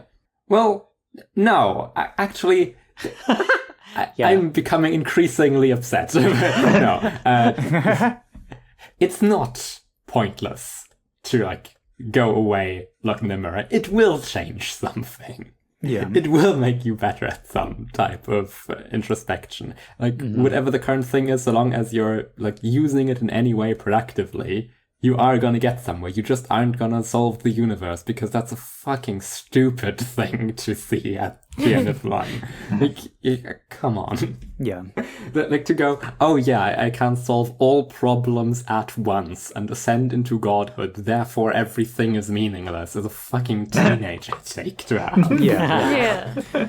Yeah, what I mean by character arc, like the air quotes same character arc over and over, is just like, you've dealt with this problem at this level. It's like, okay, now it levels up. What is it like even harder or more complicated, or a certain variable has changed that you didn't know how to deal with yet, and it's like, what do you take from that? And like, while there are some things you learn that will help you for the rest of your life, there are still more iterations that you'll not be familiar with when they come. Yeah, but you might break through bottlenecks. Like, Yeah, you've solved a lot of things, we've gotten through a bunch of arcs, being a seer, understood a new way of being that, got better at it, etc., got through the next problem, and eventually, maybe you'll reach a thing where like, okay, I've gotten pretty good at this mode of engagement, and that's not what's holding me back. I should actually start working on a different part of my tool belt.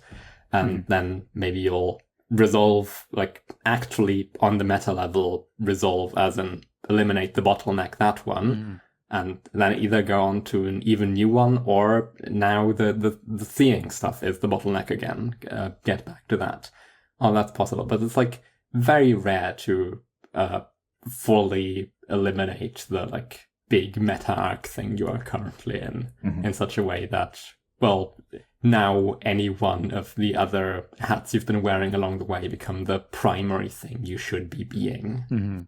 By way of metaphor, you've got so the overall structure of Dragon Ball Z is, what if there was a guy who was really good at punching, and then when you've beaten that guy, what if there was an even bigger guy who's even better at punching?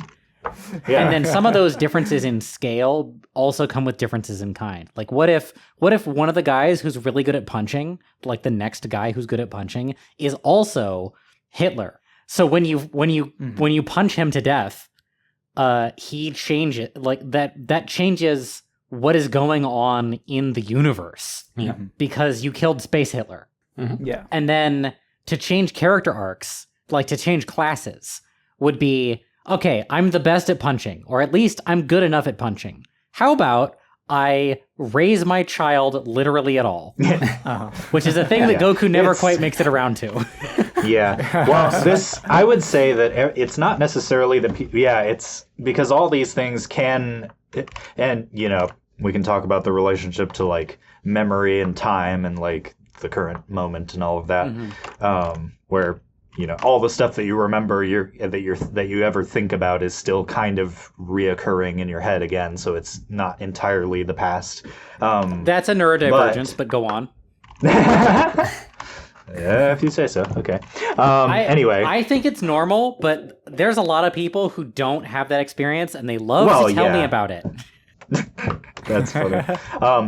But the thing is, stories are inherently going to be a very selected scope. There are characters who are outside of the scope of the story who, if these were real people, would exist and would matter to, like, the side characters have side characters of their own if you were to focus on them, who are not in this other story. So if you as a character move from one story to another, going from protagonist to quote-unquote side character or quote-unquote different role, that's going to look different. That doesn't necessarily mean the other one is gone. It just means that in a different context, you play a different role and you are a different classpect sometimes. But they are also pretty widely ranging. Like, classpects are pretty amoebus. Amorphous, that's the word. I don't know why I thought of amoebus. Amoebus. I made that word up, and then I remembered the real word. Amoebus is pretty good. I'll write that one down for later. Yeah. But yeah, you can, to some extent, the role can kind of change shape to fit the container. But then that's also where if it's a different enough context, you either kind of reach there's a certain, like, I think there can be kind of a stable mode, because a classpect can also kind of be more of a mythological role than a character arc in some situations. Like, you can look at characters as kind of static beings who are they represent this particular set of ideas rather than they represent this type of character arc. They can kind of be one of the, both are different options. That'd be more episodic stuff. Yeah, or like how, a certain, like a character, I keep thinking of Superman because I just was listening to the OSP episode about the new Superman movie, but Good movie. Yeah, it was. It's my number 3 anything from this year. Nice. Yeah, it is quite good. But he's, Superman, like, he is a good example of a character who, like, he can have character growth if you write him well, but more than anything, it's about kind of what he represents, like the symbol that he is. It's who he is, not who he becomes from one point in time to the next. And that makes him more like a mythological figure. So if you thought of his classpect, whatever it may be, in that context, it's kind of like he is because to go back to Homstuck for a second, since classpecting came from there, the characters with these roles are sort of becoming the gods of the new universe that they're going to create.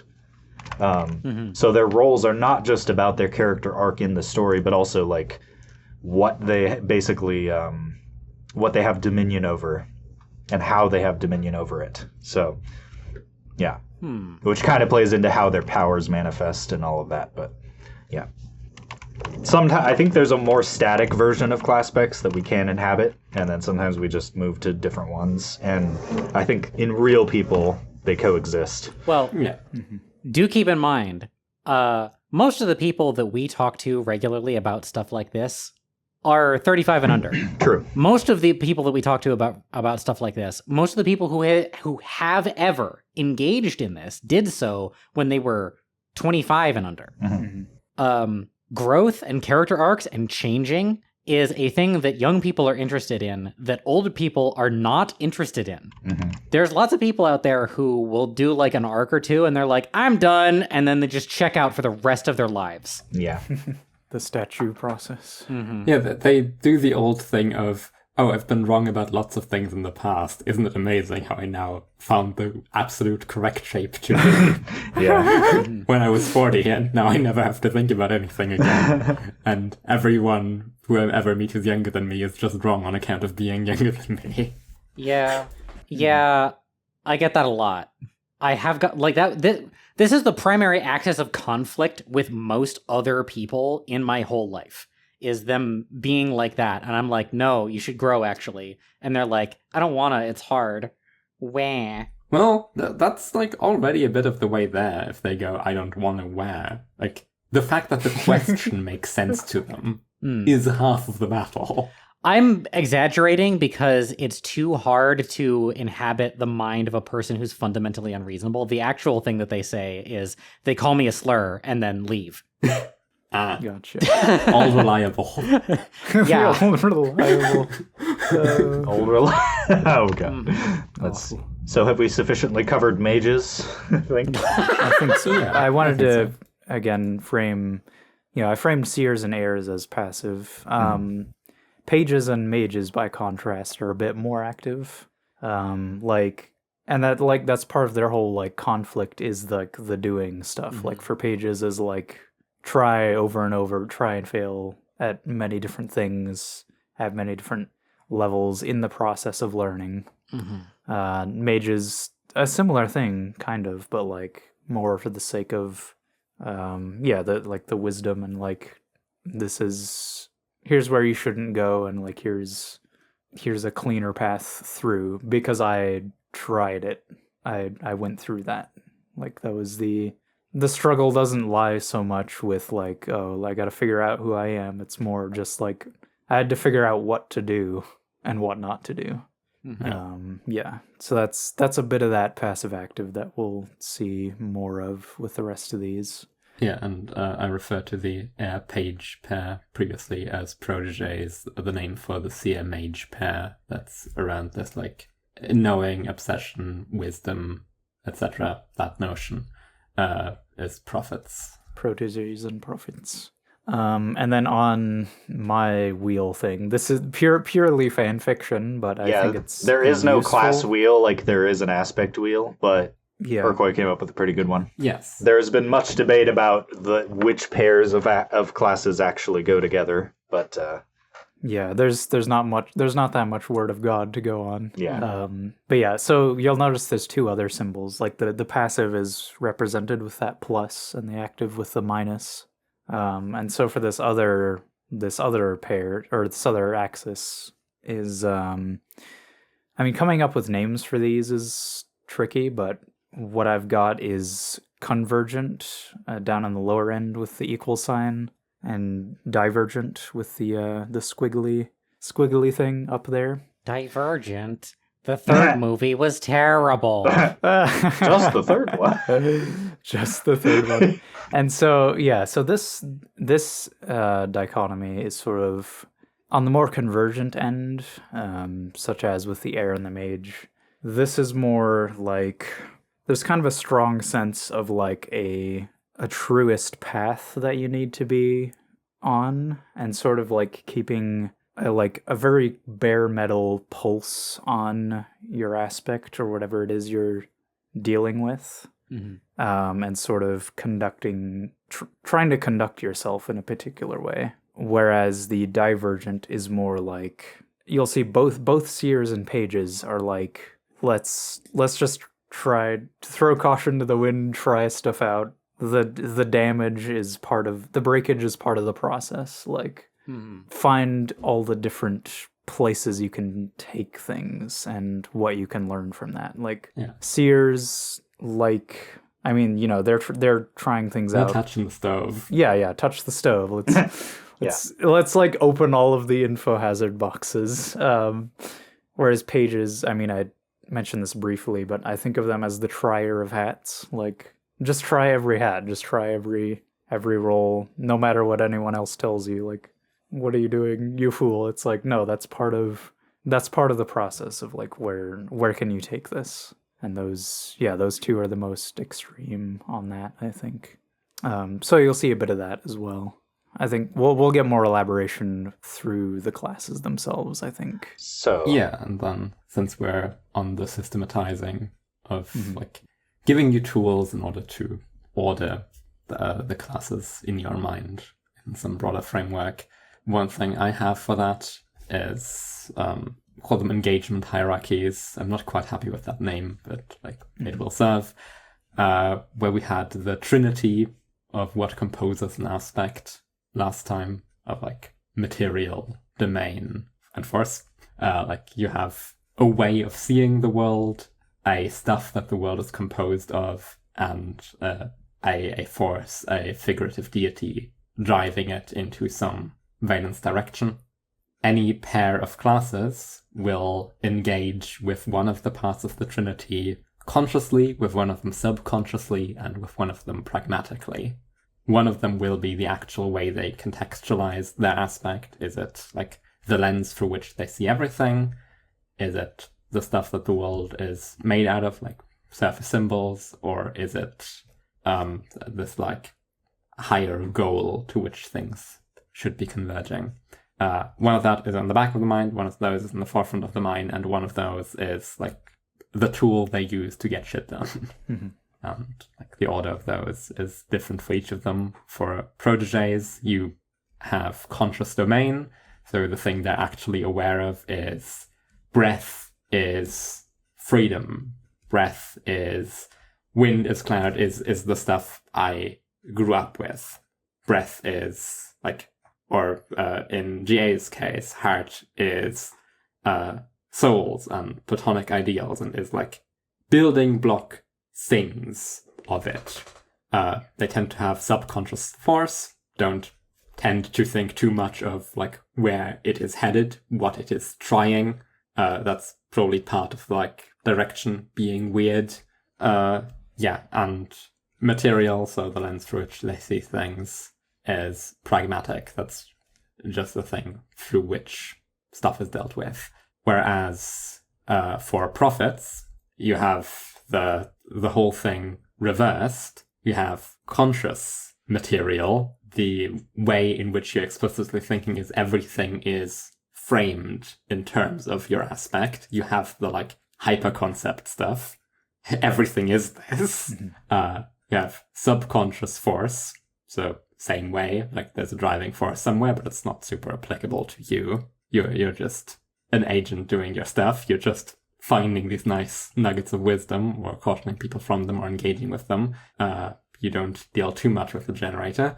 And then pragmatic domain, yeah, sure, I guess there is objects of this, symbols of this in the world out there, but I don't need to deal with the direct thing. Everything is this.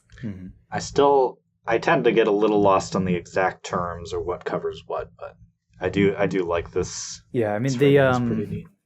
Yeah, part of how I was able to like finish the wheel was like, because it nudged things around here and there, like, oh, is this class active or passive, or which pair goes where, how extreme are they, and like I was then looking at these engagement hierarchies and like, what does this look like if I draw it on the wheel, and it was making a whole bunch of like straight lines, like mirrors, basically. Yeah.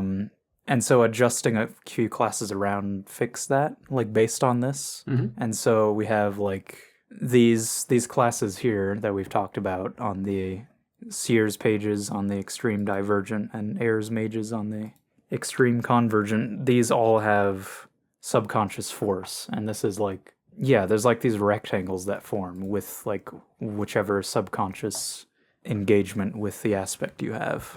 Just kind of, it's neat. I don't like, there's a lot of implications there, I feel, and it's kind of like a little insane looking once you like pull it apart, but like it is really neat how it just kind of fit, and it's like kind of a little uncanny. Why did this work? Yeah, and it kind of makes sense when you think about what active and passive means, like the thing that all of these have relatively little at by being highly convergent, highly divergent, which is this either feeding into a lot or drawing a lot from your aspect, like channeling it in some way. Yeah.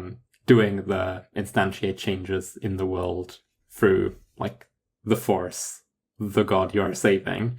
And if you have subconscious force, you are not actively doing that. Yeah, like it's they're very not awarely doing. They're very middling on that angle. Well, I think I kind of want to get back to individual classes. Yeah, agree. I have way more to say about that. This discussion, it's cool, but it really goes over my head, and I kind of get lost in the. Just wanted to cover it. I kind of start to space out, to be honest. I can follow it. I just have nothing to add. Yeah.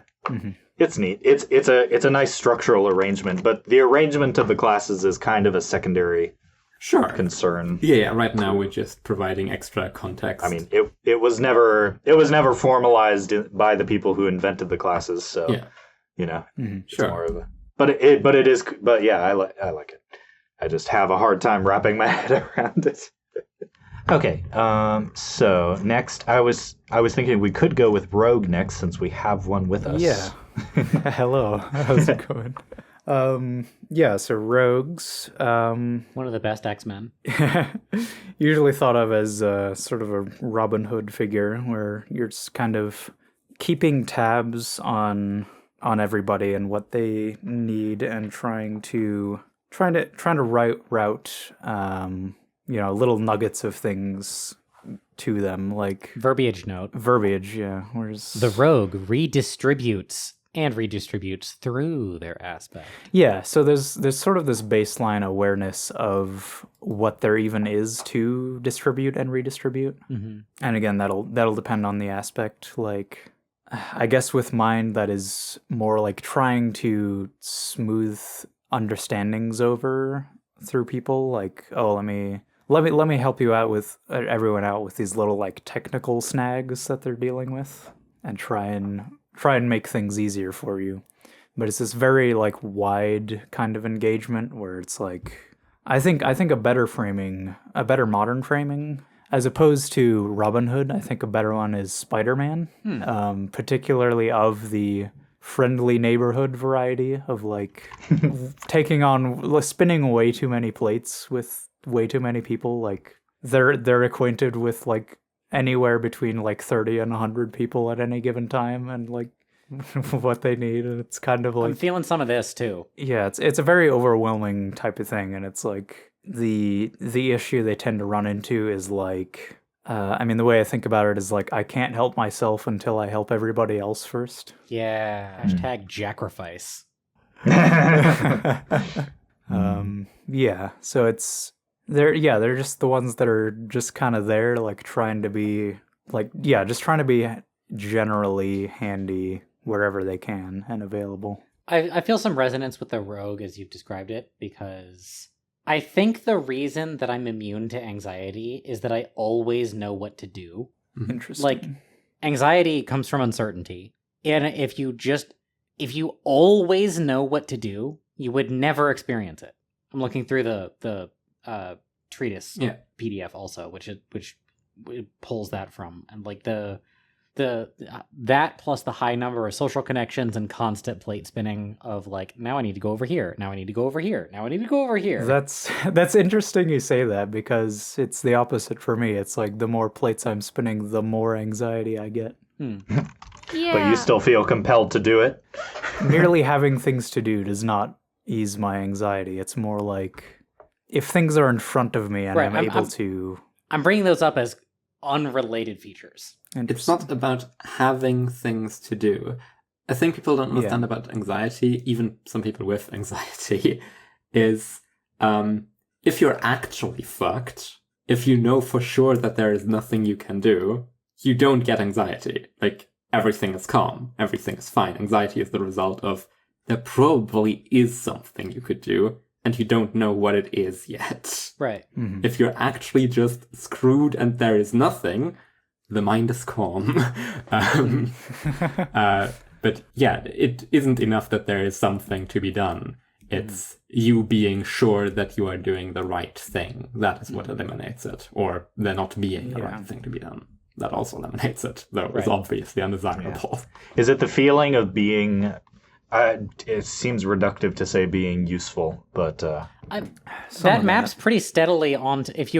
If you remember the Enneagram episode, that maps pretty cleanly onto the way that I think about things, because I started from I need to achieve competence in order to create safety. I will be my own safe space by just having all the skills. And then I just like leveled out of there ever being a problem ever again, because I always know what to do. But I also view my role, like, remember my description of the two is love is impossible. You may only be useful. Yeah.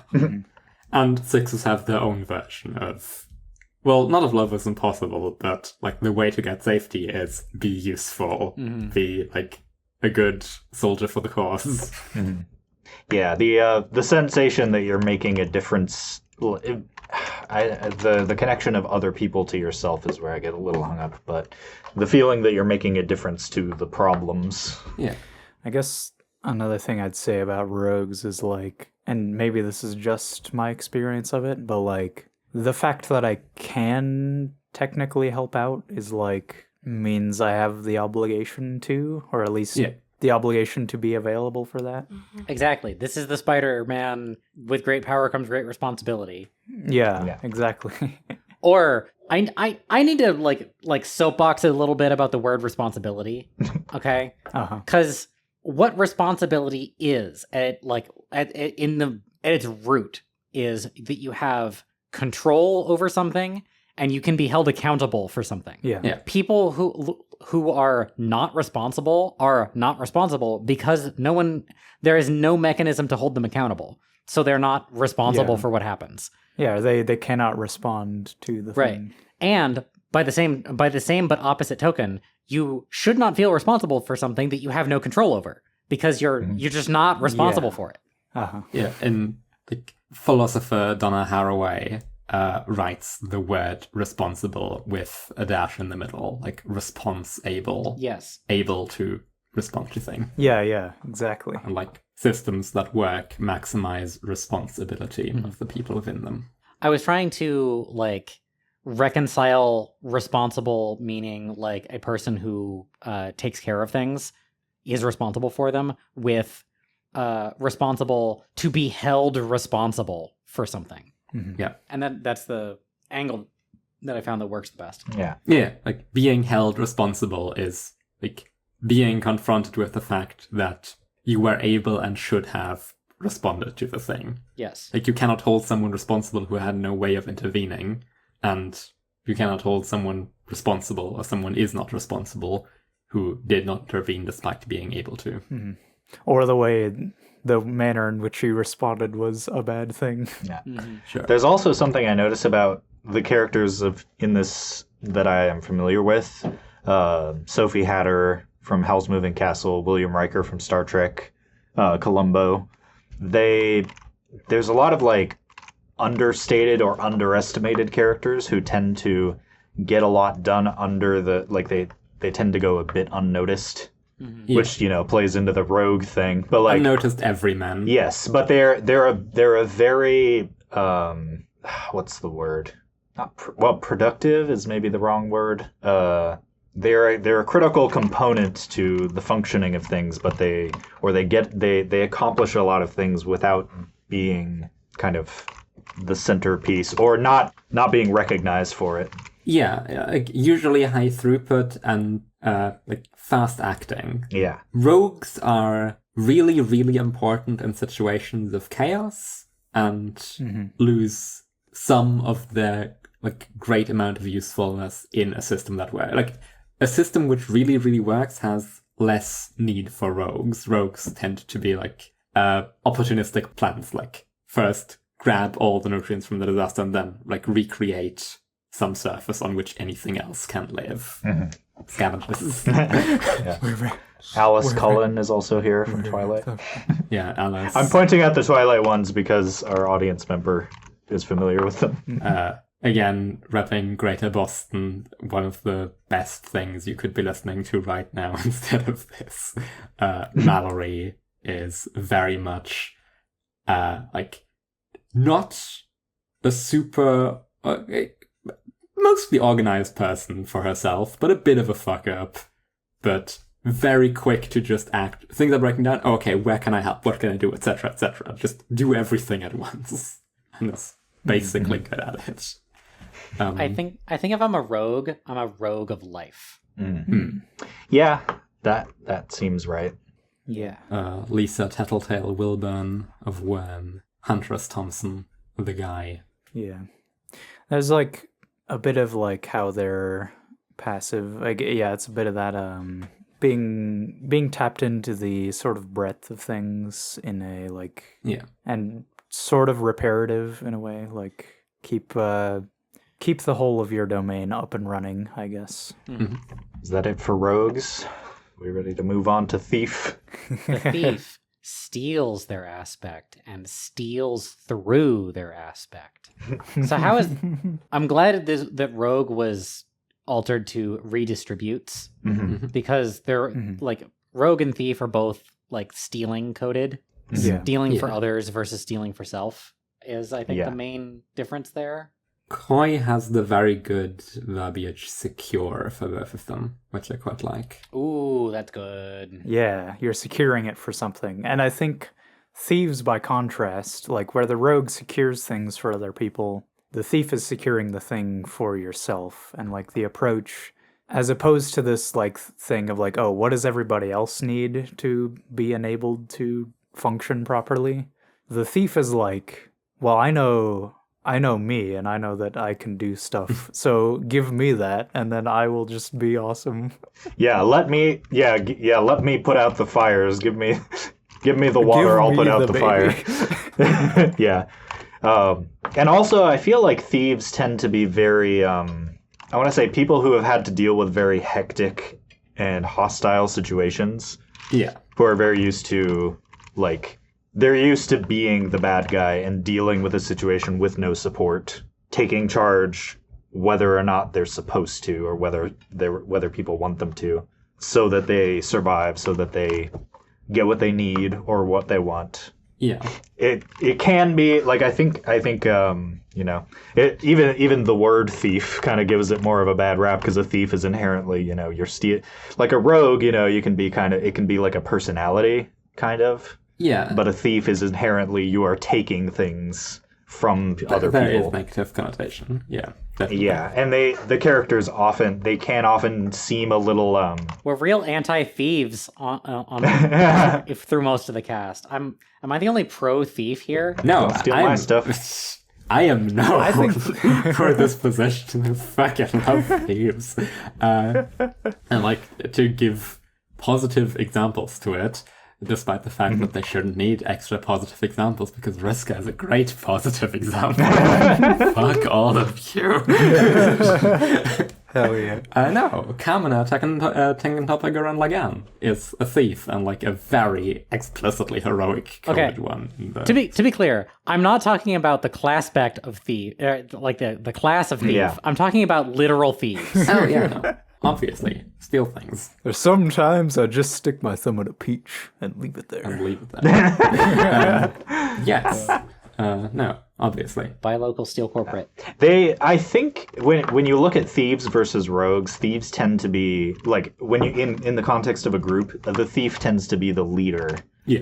They tend to be the one who has the initiative to take charge, rather than be the supporter who makes everything go smoothly in the background. Mm-hmm. Yeah. Like aside from any, you know, stealing or redistributing, which they are the more active class, so that's kind of how that manifests. Yeah. Neil Caffrey is a fun one. Yeah. This is very... I was so happy when That's I found another that. coy pick. Yes, yeah, that, which I agree with. He's a thief of space, and he is a master forger, white collar thief, art enthusiast. Yeah, and he's very good at manipulating all the variables, getting away from contentious situations, or just, you know, providing escapes. But not in a breath way, more in like a, yeah. And he's also very he's distant, while not necessarily always seeming distant. Mm-hmm. He's good at keeping himself emotionally detached without letting it show. Yeah. Let's got a game. Yeah. Azula is on here. What is her rage? Okay. Yeah, you know, all your go-to good, morally unquestionable women, like Cersei Lannister, Quinn Unreal, Diana Christensen from Network, Jinx Arcane, Princess Azula, Madame Tara Ignota, Cathra Shira, the Princess of Power, Evangeline Morgan of the Devil, Thistle Alice Isn't Dead, Ianthe Trident Arius the Locked Tomb. You know, good gals who everyone thinks are good and nice. Yeah. I want to say that Lupin the Third is probably a thief. Not that I don't know. I've mostly taken in Lupin through like videos about Lupin, but he's I think he's a classic example of like the leader of a gang of rebels, misfits, thieves, and he's but in a charming way. He makes it fun. Yeah, I had a character I wanted to run by Oro, because I don't know if this would. I don't know if thief is the correct one, but we were talking about Rarity from My Little Pony last episode. I'm curious what you think hers would be. did Classpect Rarity once. but let's do it from scratch because I will not remember. I don't remember what aspect we picked for rarity. I don't know if we did settle on one Did necessarily. we pick an aspect for that? Yeah, I mean, one I we think were we did. aspect we were talking about was light. Yeah, light, I was about to say, is a good pick. Yeah, I actually just think light is correct. So, what does she do with light? There's some selfishness about it, of like Yeah, I was gonna redirecting relevance to the things that deserve it. So gatekeepers are thieves sometimes. Yeah. Yeah. After Um, thinking about it for a bit, I don't know. I think Sylph might make more sense for rarity. Yeah. I think it's somewhere in Self Witch, but I think Self is probably correct. Okay. Yeah, was just curious because thief was a thing that popped in mind. I wanted to see if it was right Yeah. or not. Interesting how there's two thief rogue pairs in this chart. We've got Chloe Price and Max Caulfield from Life is Strange, and we've got Jinx and Vi from Arcane. Oh yeah, I didn't even notice that. I'm gonna note right now the room I'm in has a lamp with a special LED bulb. It was yellow and it just switched to purple because of the time of day. It's purple time. It's purple time. It went from frostbite to nurse. Lunar sway. Exactly. That's why I flagged it. We are halfway through the classes. Well, we should Perfect. No. We could. do it Maid and Knights first. Oh wait, No, yeah, you're right. We're halfway there. we are halfway. Yeah, Maid and Knight are next. Yes. If we don't count masterclasses. Yes. Yeah. Which those aren't real people. Those are forces of nature. Yeah. Those are superhumans. Those are. It's one of the addenda I have made to the treatise along the way. It's very fun because occasionally I update this document and it always takes like a month until someone sends me an email being, I remember this section being different. Am I losing my mind? Just have to ask. What's going on?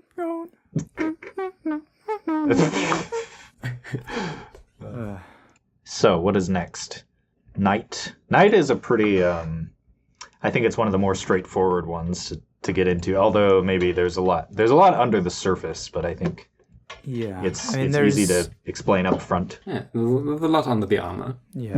There's a similar thing to rogues in like, there's a bunch of stuff I'm obligated to, but it's a lot more focused and not like, I just need to be around in general. It's like I have specific things I'm good at, and like most of what they seem to be doing, at least to me, is like while being aware of their skill set, they're like noticing all the things that's like, this is a problem, guys. Someone should take care of it. Oh shit, I guess I'll do it. Fine. Yeah, rogues and knights are the people most likely to survive in service work.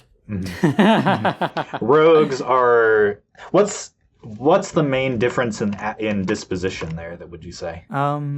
I mean, knights have a More structured, more of a code. yeah, Yeah. clearly delineated. Yep. Knights know what their job description says.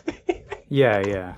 And rogues just want to make the boss happy or something. No, that's Oh no. yeah. True. Oh my god. Rogues are like, oh yeah, this is a thing that needs fixing. I guess I'll get. Yeah. I was looking at I was looking at Batman on this list and thinking about how you mentioned Spider-Man for Rogue, and I was like, Yeah. Spider-Man, Batman, Spider-Man. Yeah, Batman is a lot more knight, where it's Yes. like, A Dark Knight, even. I'm good at, the Yes. Dark Knight even. I'm good at X, Y, and Z, and I will do that so hard, so sopping hard. They also, I feel like they tend to have a streak of being a little bit, not exactly condescending, but maybe skeptical of other people's approach when they feel like it's in their wheelhouse. Yeah. Like, Judgy. are you sure that you should take care of that? Like, I know what I'm doing. Are you sure that?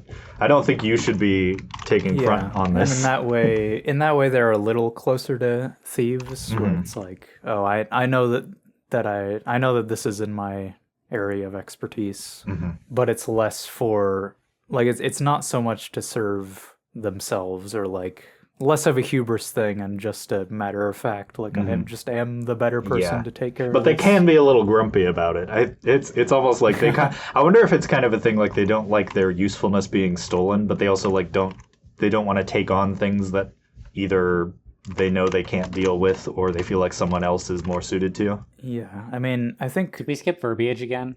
Oh, we did. Oh yeah. The knight protects and fights for their aspect, and protects and fights via their aspect. Yes. Yeah, they have a very, very particular field that they cover, and that's like rogues and knights feel a heavy obligation, but like the knights is like very focused in contrast to the rogues, just wide. Like, oh, I just need to be handy in general. Like the knights is like, I've got this, and if I'm not putting my all into it, it's like I'm failing at that.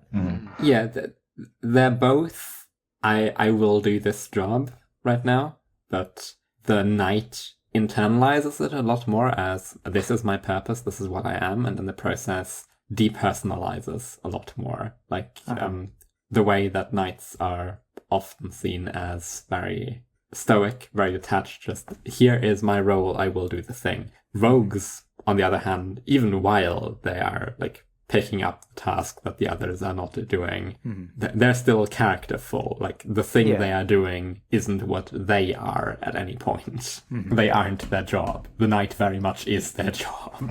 Yeah, at the most you might see rogues like engaging in masking more than detachment, just for like, you know, because you have to engage in all these different contexts. Yeah, sure. There's a little, it's more like strategic, but it's not like completely losing yourself in what you're doing, or like Batman is a whole other personality that Bruce Wayne wears, or Bruce Wayne is a personality that Batman wears. You know. Yeah, that's the whole suit of armor imagery there. Like, your job is your armor and sword, like that you slip into. So yeah, there's kind of this dual-sidedness to them.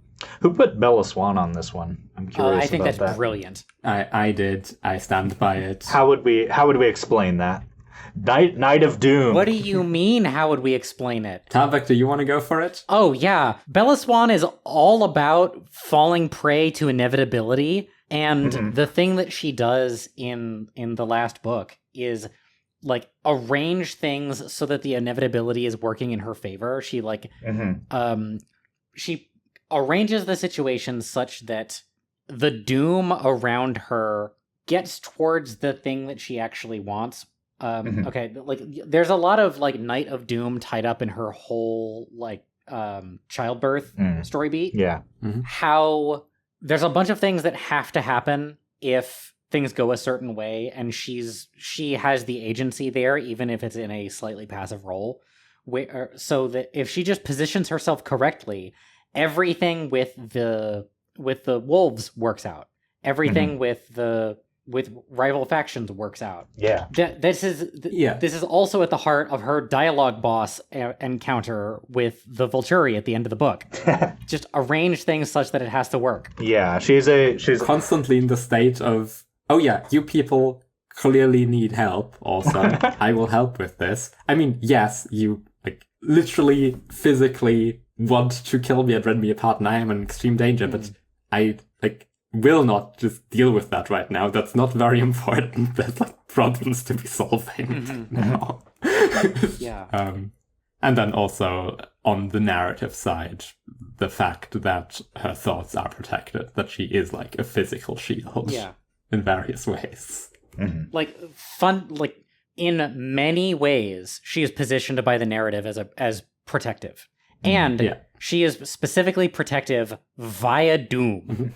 I guess, yeah, I mean, I only recently watched the Twilight movies, so I only once, so... Even as far back as the first book, like, putting herself in danger is the thing that makes the plot go. One of the first things we see her doing is putting herself in social danger. Like, her way of interacting with the environment is like, oh yeah, I guess I'll be the weird new person and I'll roll with the jokes because that's what will make this friend group click. Audience member agrees. with your take. Yeah. And I do too. I was just curious because I couldn't. I was a little out of the headspace, so I just wanted it. I just was curious what the logic was. I wanted to hear it. Yeah, no, this is another one of those where people very frequently message me about it. Possibly because I talk about it a lot, and possibly just because people... Batman sure is one of the few things that basically everyone looking at this chart would have a reference point for. Mm-hmm. So I get a lot of emails being like, well, yes, obviously the Batman is an act of doom. What do you mean, Bellas? And I then get to tell them, oh, I have only passing familiarity with Batman literature. I might be wrong on that. That's my read. No, Bella definitely is this. I can also, this depends on the writer, because Batman as a Knight of Doom makes absolute sense because he views the thing that he does as, the apex of obligation.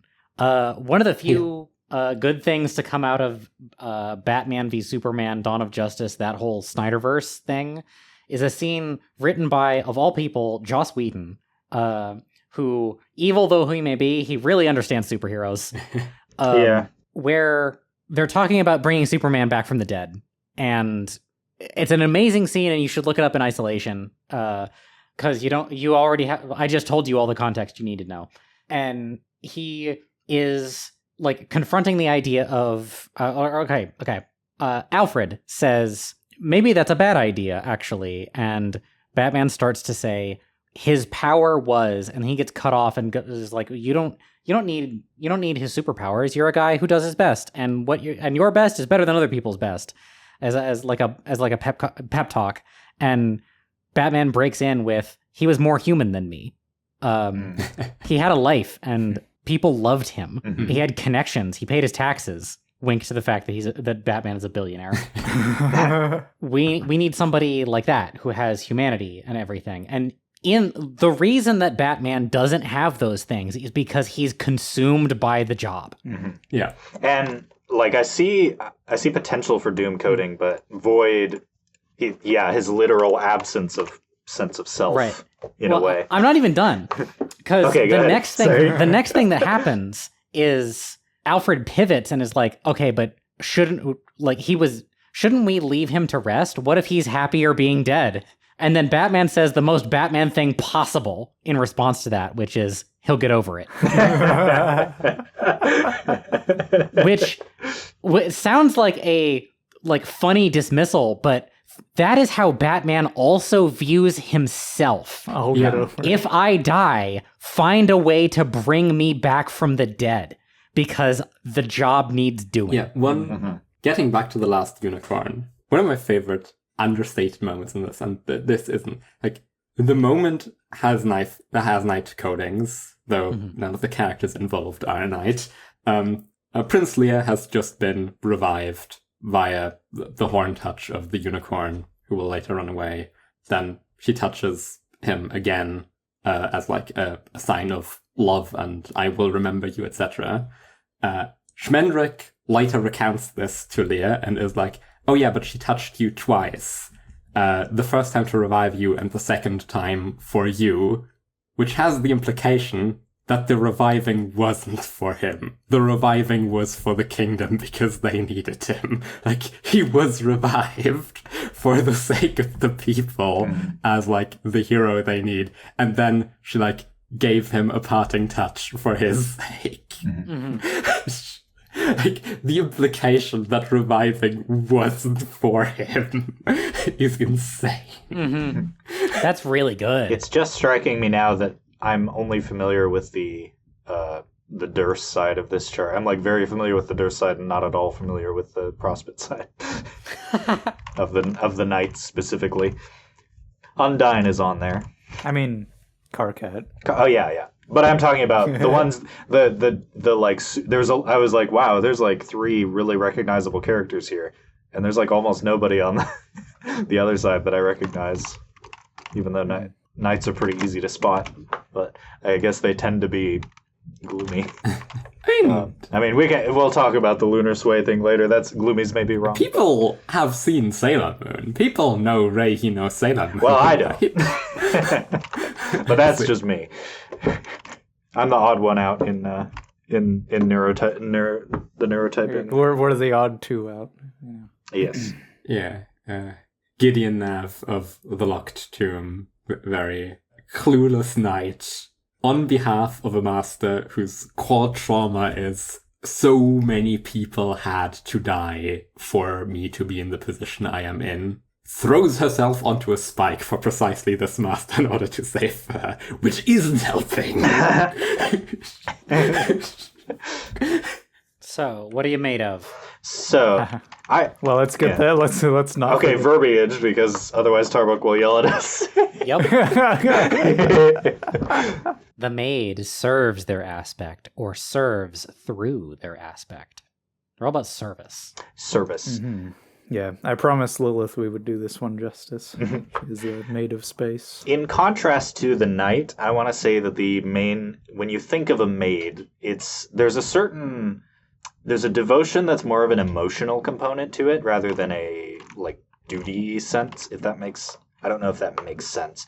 Maids tend to play their role often they tend to be doormat characters or characters who don't even really tend to think of themselves, their own needs. They almost make their identity somewhat taking care of other people. It's different than the rogue though, because the rogue is how would we explain this? The rogue is again more general and concerned with what's materially needed in the moment, kind of. Whereas more of a pragmatic approach. Yeah, Maid is more serving a concept rather than someone they know with something. Yeah, it's similar to the knight in that they are serving an ideal, but they care more about the ideal than their own. Or it's almost like the ideal is part of their identity, rather than the knight who it's a job they take very seriously. Yeah. For Maid, the more modern representations of Maid are actually closer than the historical role. Mm-hmm. It's less the job where you just do the sweeping because you're a poor old lass and you have nothing else to do to earn a living. Mm-hmm. It's oh yeah, I love this idea of taking care of people and the aesthetic of I am the mistress of this manor and that this is my domain and I shall furnish and keep it intact. More like an anime maid than a maid. Yes. Yeah. I think Toriel is a good example on this chart. I will take care of you. Don't hurt yourself. Yeah, it's duty, but it's loving excited duty, whereas Batman is resigned duty. He on the meta level wants to be doing what he does, thinks it needs doing, but it's this someone had to, no one would. Where the maid is I was made for this. Yes, exactly. Yeah, there's a similar. The thing they have in common with thieves is let me bring my own interpretation to this. Let me sort of inject my own vision into this and kind of let that carry, what's even important or where we'll take this or in what way I will serve. It's not defined by the things around them demanding things of them. It's defined by, their vision of what their service can do. That aesthetic, what that what that's supposed to look like. I think in some ways maids are often they're almost like a more enthusiastic avatar of their aspect than heirs are. Heirs just kind of do it. Maids want to do it. They do it because they love it or they can't help it. The heir was raised in the manor. To them that it is nothing new anymore, and the maid is that's a really cool manor. I'd love to take it. The maids. I will polish these steps with varnish very carefully. Wait, you don't polish with varnish. That's the maids are kind of like the wellspring of their aspect in a way. We just keep. They're made of it. Pouring it out because they're made of it. Yeah. You have this joke comes up every 5 minutes with maids. It just writes itself over and over and over. It's like the window cleaner pain joke. Wow, this job sure is a pain. This window sure is a pain. We've got Data from Star Trek, Maid of Heart, which is pretty cool for an android. Yeah. Well, I mean, yes, that is his whole art. Yes, yeah. Pretty self-explanatory, I think, but yeah. But he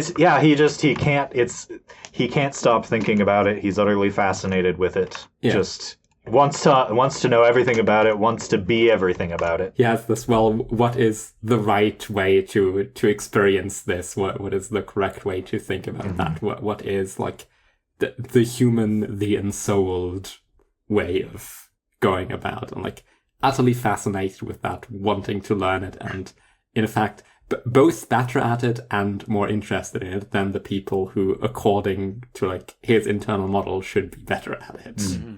That's exactly this. Like, the maid wasn't raised in the manner, but she knows it damn well better than anyone who was, and cares more about it than anyone who was. Is Superman a maid? Don't take that out of context. I don't know. That sounds, I think, some interpretation. It feels plausible just hearing the words, but I haven't engaged with enough Superman material, so I don't know. I feel like he's very, especially, again, the new movie's on my mind still. There's this level of devotion and, like, genuine attachment he has to. It's like he's got this power and he genuinely believes in and really cares about using it for good and, like, taking care of people. He's like, it's not just a Spider-Man thing where it's like, I do this because I should. I do this because it's what I believe in.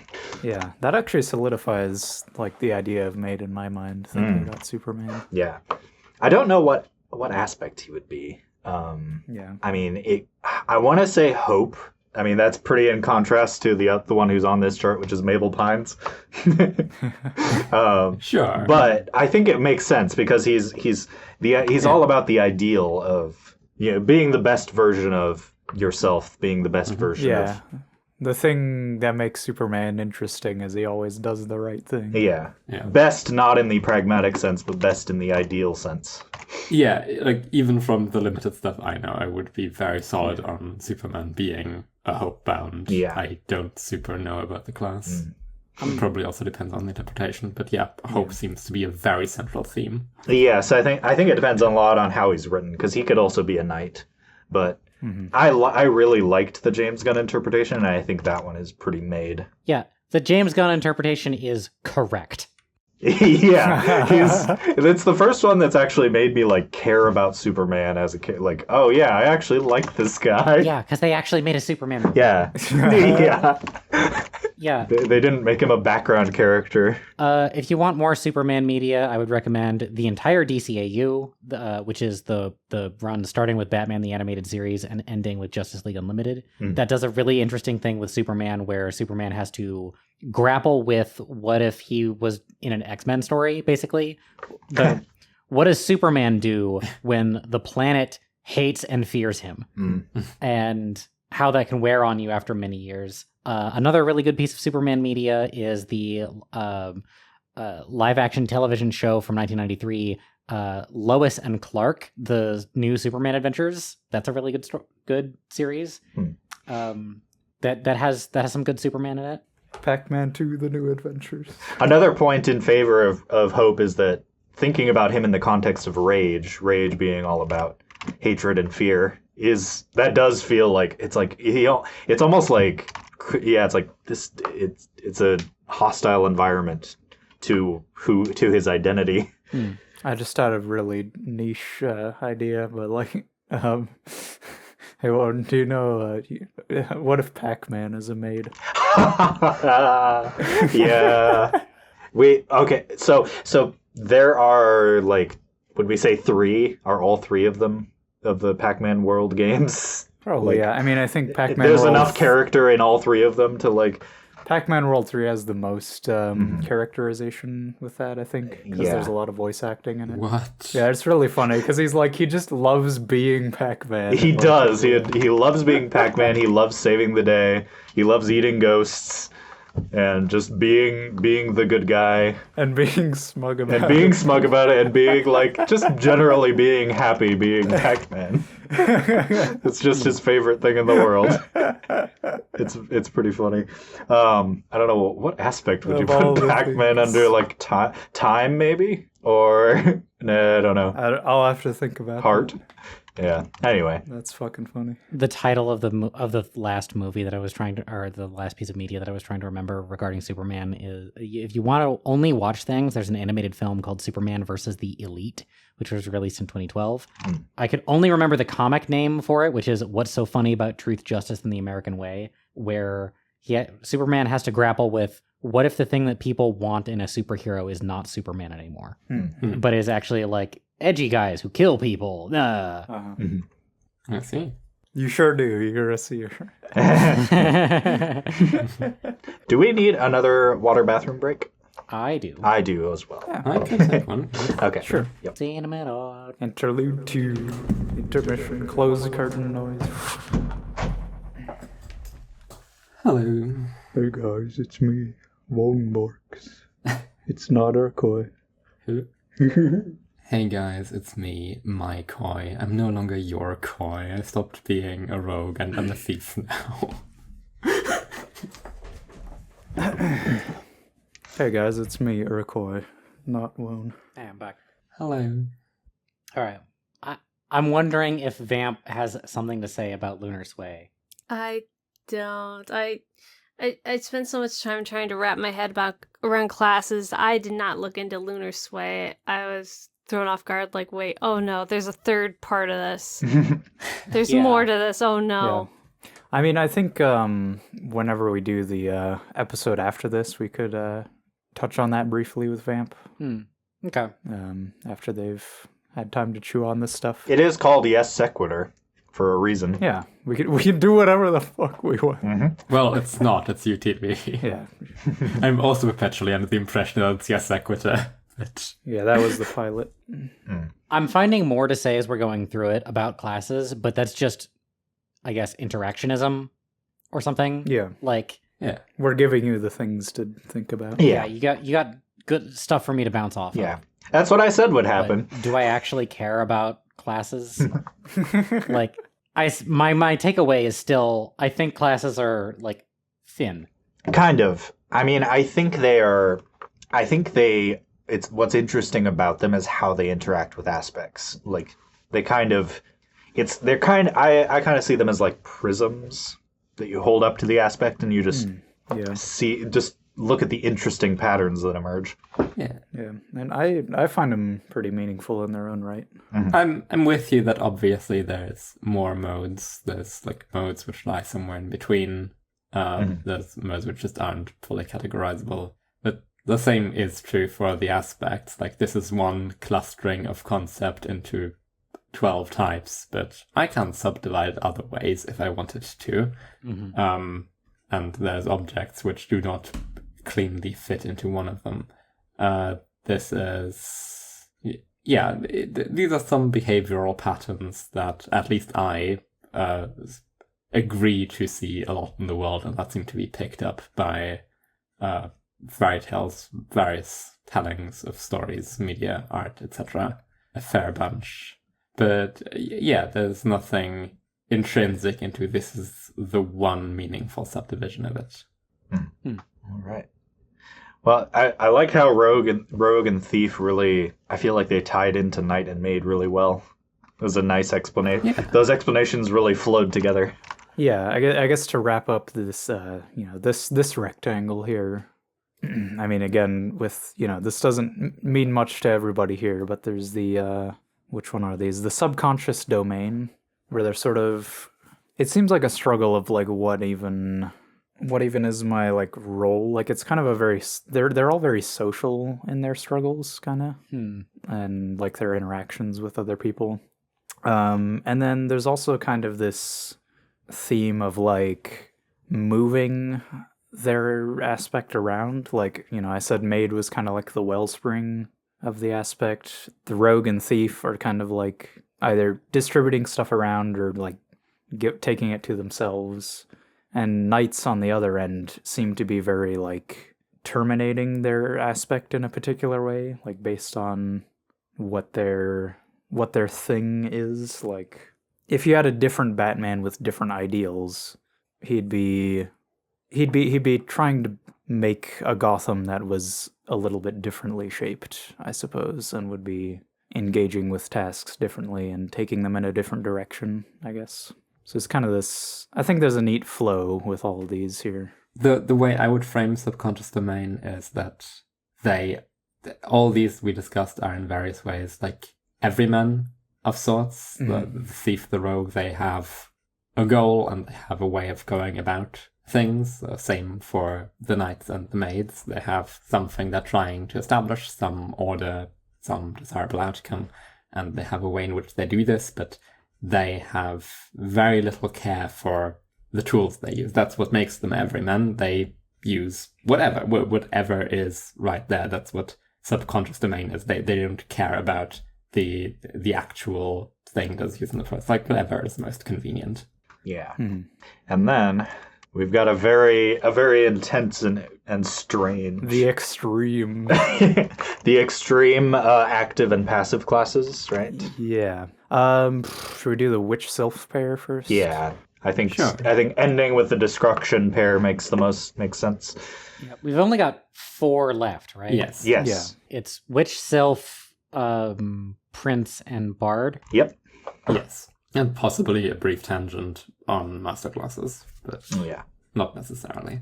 So if we start with Which do you prefer, witch or Sylph? well, I think Sylph would kind of tie into would contrast a bit with Right. I guess we mentioned rarity as possibly being a Sylph. Well, let's get the verbiage in front of us again. yes. Sylph heals are men's through their aspect, and heals are men's through their aspect. Yes. I guess I'll take this one since we did the people who have a strong secondary. I feel like I have a pretty strong secondary Sylph of Time. And yeah, Sylphs are healers, fixers of the thing, which comes along with a very strong vision of what X is supposed to look like. In order for you to fix a spleen, you need to know how a spleen should be operating.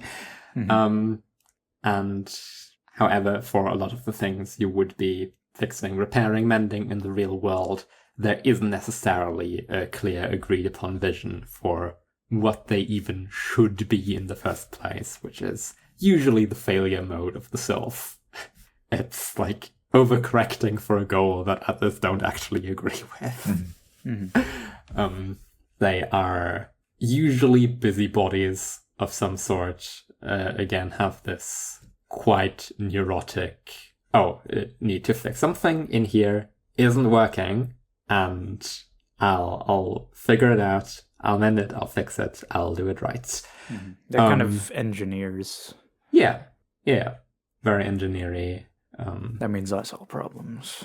Not problems like what is beauty. Because That's what a seer does. Solve problem, make thing good, repair it. yeah. I do like fixing things. And I am profoundly meddlesome as the... Yes. You know what? Yes, meddling is an important verb. Yes. For Sylph. Yeah, because you have very strong opinions about the way things should be, like what the correct state of things. Yeah, an early typing ahead for you with a Sylph. A thing that is hard for y'all to see about me is that I have a tendency whenever I'm around other people, particularly around other people in a relationship, is I'll just start troubleshooting problems in their relationships. Whether they want me to or not. I mean, when you said earlier, I know a bunch of people who are pages and they would hate me saying so, that is self-behavior. Hey, I understand the issue with your arc. Let me troubleshoot your current life arc. Yeah. Because you're doing it wrong. I say this all the time. Hot take, because I can Sylph of I could see life, but my instinct was heart, because that connects to the relationships thing. That also connects to people's identities or problems with their internal self. I don't know. Yeah, good candidate. Yeah. The problem is the way in which people are doing their arc wrong is usually the entirety of their arc. Like, the thing that resolves the arc is figuring out how you did the arc wrong. Let me do your arc for you. You're bad at it. But it's mine. Yes, also it doesn't fix it if someone else does it for you. Yeah. They'll still be like this because none of it can fix them. Does this mean that Let Me Solo Her from Elden Ring is a Sylph? Yes. Very, very recently, a thing that came up is like I'm just watching two people interact, and I'm like, it would benefit you a lot if you said yes before giving your note, instead of giving your note and assuming the other person is going to understand that you are being affirmative and not contradictory. Like I would probably have to explain more about the particulars of the situation than the person, either party in question, would want me to.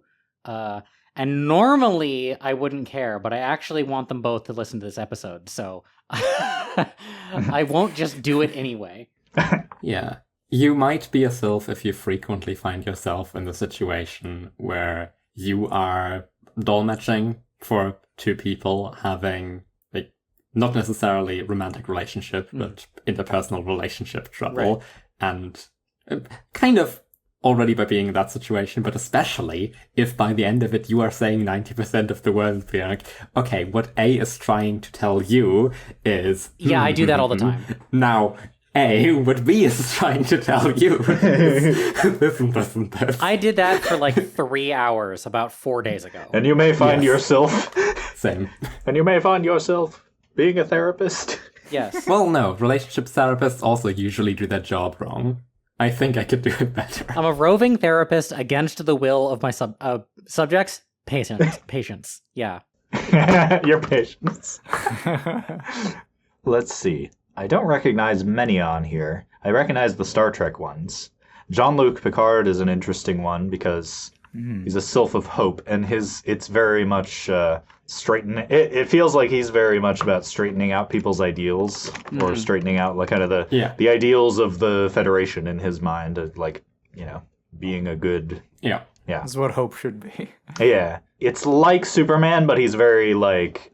he cares more about the concept of it. I'm only right now noticing the Durst Prospect pairing of Star Trek's Jean-Luc Picard and Worm's Taylor Skitter-Hubbard here, which is phenomenal. If I don't know who that is, I but... sometimes look at my own chart here and I'm like, oh yeah, these people sure are mirrors to each other. Amazing. We've got Death from the Discworld Saga.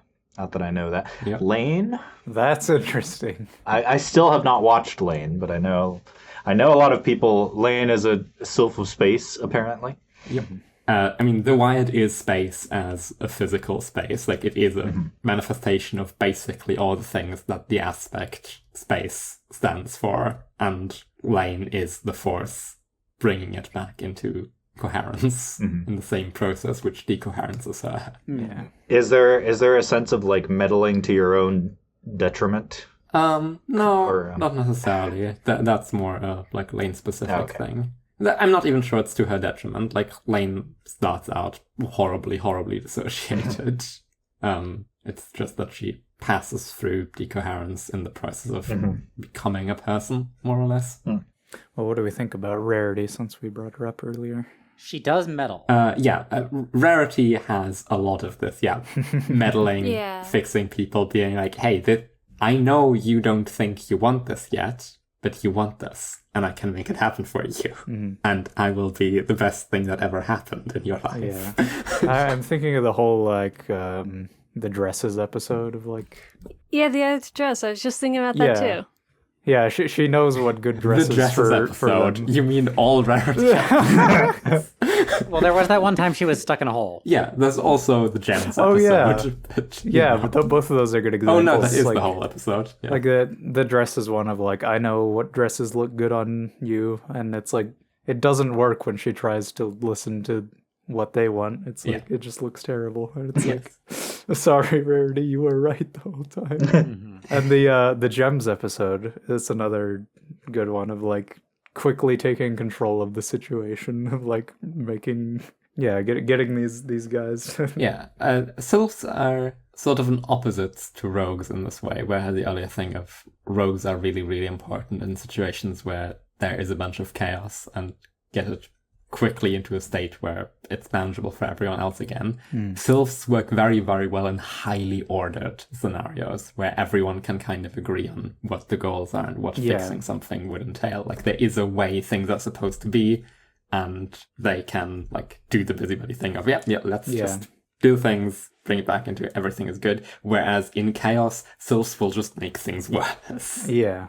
Also, they'll probably have a panic attack and die on the spot, you know. What was I gonna say? I had something. While you're thinking, since we probably imported a bunch of audience from the Neurotype line, who will all have seen Nana by now, hopefully. Nana Osaki is very much the Sylph of heart of having this, this, my social circle, they're all fucked up people. They keep getting themselves in trouble. Let me fix that for them. Let me, like, create this commune social web in which all of them can exist helpfully for each other. And let me break my best friend out of these relationships and, she can just be mine. She can exist in my little, maybe kind of platonic, maybe not, who even cares, like, this, like, harem I am building for myself of people who can be safe around me. I am, like, doing networking as, like, social engineering exercise. And it's great. It's so good. Perfect description, no notes. Yeah, it works out perfectly too, right? Oh yes, definitely. Yeah. That it goes so successfully, you guys. It doesn't actually. Yeah. To be fair, it's mostly not her fault. Yeah. But okay, it's mostly not her fault in the conventional sense. But when your scheme doesn't work, that is kind of your fault. Who knew the fucked up people she surrounded herself with were that fucked up? Yeah. Well, non-messed up people don't need to be social engineered into characters. Yeah. I also really like the pick of Michel Foucault as Sylph of Breath, because he writes he wrote a book about prisons and how everything is prisons. Oh, yeah. Also, Michel Foucault should. Okay, no, Michel Foucault should have an asterisk in a different way in which the other people did, because definitely a sex pest. Yeah, but not disagreeable. Like, the others are disagreeable in the ways they are known for. Foucault is a disagreeable person who wrote some good books. Yeah, like H.P. Lovecraft is famous for being racist. Yeah. Michel Foucault isn't famous for being a sex pest. Yeah. Infamous, maybe. Like, this is me learning about that right now. It's just not a part of the cultural narrative about the guy. Yeah. Okay. So, The witches? Tell me about witches. Yeah. Urcoy, should we try this one? Yeah. It's the season. So, witches generally tend to be the kind of people who they find a way to alter or get bend their around. aspect, and alter or bend through their aspect. There you go. Sorry. Thank you. Yes, they will find a way around a situation that seems like that doesn't have. They're very good at rearranging the rules or the circumstances to put things in their favor. Yeah, it's kind of one way I like to think about it is like glitch hunters for speedrunning. Like, they're messing with the tech in all kinds of ways. Shortcut finders. Yeah, it's like, oh, I didn't know you could do that, but that's pretty handy. Then they're just collecting all kinds of ways you can mess with it, manipulate things in unexpected ways that are handy. Like, they have all kinds of remedies under their belt, I guess. Mm-hmm. Yeah. They tend to be a little bit on the outside socially, or a little bit separated from people. Well, no, I'm realizing now maybe I don't actually know them as well as I thought, and I should not take point. Sure. I mean, there is would Zecora be one? I mean, that's a pretty obvious pick if that is the case. Zecora's witchy. Zecora? Zecora from My Little Pony. Oh, yeah, Zecora, My Little Pony. Yes, sorry. It blanked for a moment. Her whole thing is, like, knows a lot about all this stuff that, like, unexpected problems you're running into. Yeah, that definitely fits the, like, mythological image of it. Yeah. Maybe I'm not remembering her enough, but I don't feel like she's personally characterized enough for me to like have a strong take there. But yeah, definitely fits the parts of the witch archetype that the role of witch draws on. Yeah. In 2019, Lauren Faust was giving an interview at the last BronyCon, like as part of a panel, and somebody asked about hidden details or things that she wished she got to get out before she got out. And one of them is the reveal that Zecora the zebra is a zebra from Earth who Narnia'd her way into Equestria and acquired language in the process. Wow. I have heard that before. Yeah, from me. I told you this. Yeah, probably. Oh my god. That's incredible.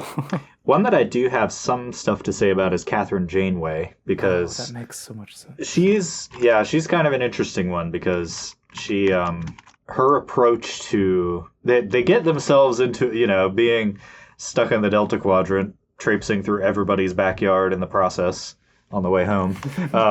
They get themselves into a lot of sticky situations, and she's very good at seeing all the circumstances. Odds are stacked way against them, and she manages to find a way to shuffle things around so that they can, get out. Yeah. Yeah. It's not only sticky situations, but it's also novel situations every time, Yes. because it's all this unexplored territory. Right, yeah. It's a situation where there is no protocol for this. We can't follow the rules because the rules don't apply. The rules were never meant to apply to a situation like this. So how do we stick to the principles but still do what needs to be done? Or You have to invent Right, more. yeah. yeah, you have to creatively reinterpret the rules. Yeah, it's pulleys and duct tape solutions. Yes. The Sylph and the Witch as a pair are the meddler and the circumventer. Yes. Yeah, the Sylph is what is the way it's supposed to be. The Witch is, well, how can we tide this over right now? Like, How can we make do? what's the quick Yeah. and easy fix? Yeah. Yes. They tend to have an unorthodox approach to Yeah. whatever their aspect is, which makes them a little bit quirky. Just thinking of my friend MJ again. Mhm. Like, the way she produces is like, let me break the software over and over to make interesting sounds. She doesn't like the way the software breaks, that she doesn't want to use it. I want to harken back to the historical thing because I feel like people have that queued up less so these days, and the age of witches being basically just female magician archetype. But like the old real historical witch of just you have an old lady in the forest who knows a bit about medicine or like home remedies and things you can be doing. Like your last resort you go to a bit out of civilization, like a bit dodgy, but like gets you out of a prickly spot you didn't know you'd find yourself in. The inventors of DIY. There was some prominent doctor in the Middle Ages who, as one of his last words before his death, wrote, "I am an entire fraud. Everything that I know, everything that I have done, everything that I have published, and every accolade is stolen from witches." Nice. All, like, witches and midwives make up the entirety of everything I've ever published. All I did was catalog their words and put it in front of people. And people took me seriously because I am a man and not a woman. Oh God, what have I done? And then he went to his death. Hell yeah. And fittingly, I don't remember his name, so if I said his name, if I remembered his name and said it, you would recognize him. Well, Perhaps. yeah, sure. In the same way that you recognize Hippocrates from the Hippocratic Oath. Yeah, that's the guy who told me that I shouldn't operate in gallstones. So is that pair done? Well, I feel like there's more to say about the witch. I'm just like, I don't know why I'm struggling so much. I think there is also, in the way that Sylph is about, there's a lot of facilitating to make things to do things the right way or get things back to normal or the way they're supposed to be. The witch is very good at like arranging things to kind of see it from a new perspective, or break it out, kind of break the, what's the word? I'm just repeating. I feel like we got a pretty solid image of those. It's just we didn't talk about them as long as some of the other ones, and I'm like, dang, I feel like there's got to be more to say. I mean, I not. think Picard Janeway is a pretty strong. Yeah, that is true because I think they would probably, I think Picard would probably be frustrated being in the situation. Like if they were together, like in the same situation, Picard would be, wagging his finger at Janeway, and Janeway would be like, "Well, I got my people out, and so I'm not happy about what I had to do to make this work, but I am happy that everybody's out, right? And I'm not going to fuss over it too much." She did. They do a bad job in each other's captainship. Yes. Yeah. Well, not necessarily a bad one, but a worse one. Yeah. They would both be more unhappy. Both very competent people. Yes. Yeah. This makes me wonder what Cisco's class is. I didn't watch that one, so I can't comment. I didn't either, so I don't have enough to say. I did, and I still don't know. It's tricky. Witches also have the thing of often living in very abnormal situations due to this. Well, I'll fix it with pulleys and duct tape. Hal Pendragon lives in a castle that is just an absolute mess of duct tape and pulleys, and his life is an absolute mess of duct tape and pulleys. Until he gets a maid. Yeah. Patchworky. Yes. All right. Do we do Bard or Prince first? Well, since we mentioned the... Oh, okay, yeah, never mind. I vote Prince. Okay. Of course. What a Prince thing to do. Okay. Prince destroys their aspect and destroys through their aspect. Yeah. This is the other thing I think I am.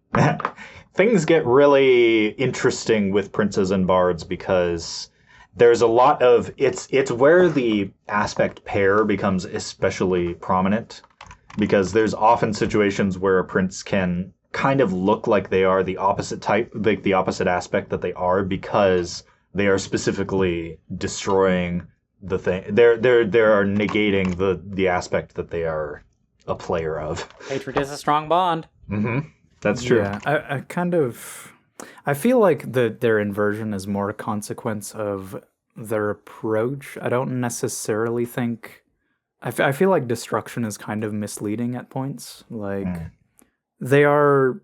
The main way I'd frame the prince is, like, sharpening it to an extreme pinprick point, and then having this, like, holy mission... and a righteous arrogance about it, and like there's like nobody can match their intensity about things. Like they just don't have any chill, and that's like their destruction is like either collateral from what they're doing or a consequence of like strangling the shit out of themselves or their aspect, like into this tiny funnel. It's like a laser. It's like a laser beam, just super intense focus on one angle. I am intense, and I want doom. I want inevitability to be destroyed. The way out this way, guys. Yeah. Which is funny, considering the Prince of Doom on this chart is notable guy Jordan Peterson. Yeah. I flagged that at the top of the episode, actually. Yes, I noticed that. Yeah. We mentioned this before on the title. Yes, it has come up, and it will again, I'm sure. Right. Maybe. One of the differences here is that of the two, I think I'm a Durse. So I'm the other half of this. Yeah. Yes. Which is to say, King Haggard, the last unicorn. Yes, exactly. That's also why I flagged that. Yeah, I think Jordan Peterson is very much his approach. Often, it's like he thinks that he is. It's like he ends up destroying life with Doom and like reinforcing Doom, even though he seems to be. I don't know. It's like he thinks he's doing the opposite of what he is doing. Yes. Yeah. In some kind of weird way.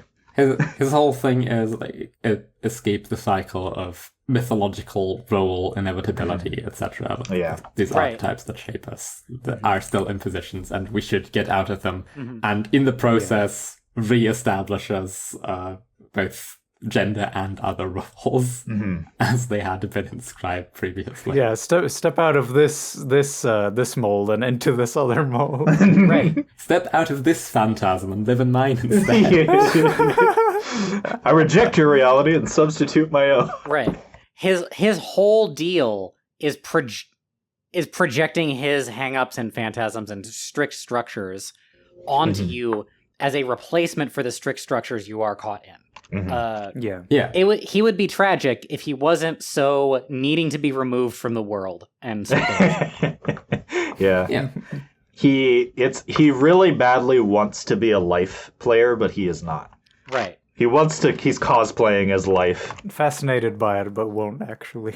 Yes. Yeah, that's part of what makes princes such phenomenal bad guys in stories. Because they are a very sharp blade if actually aimed at anything that should inspire this righteous... What did you say? Oh no, I disconnected, I think. Oh, and Help. since I keep circling back to it, Lex Luthor in the new Superman is definitely a prince, I think. That makes sense. He's got the disposition for it. The arrogance, the intensity, the... Help. Yeah. Can anyone hear me?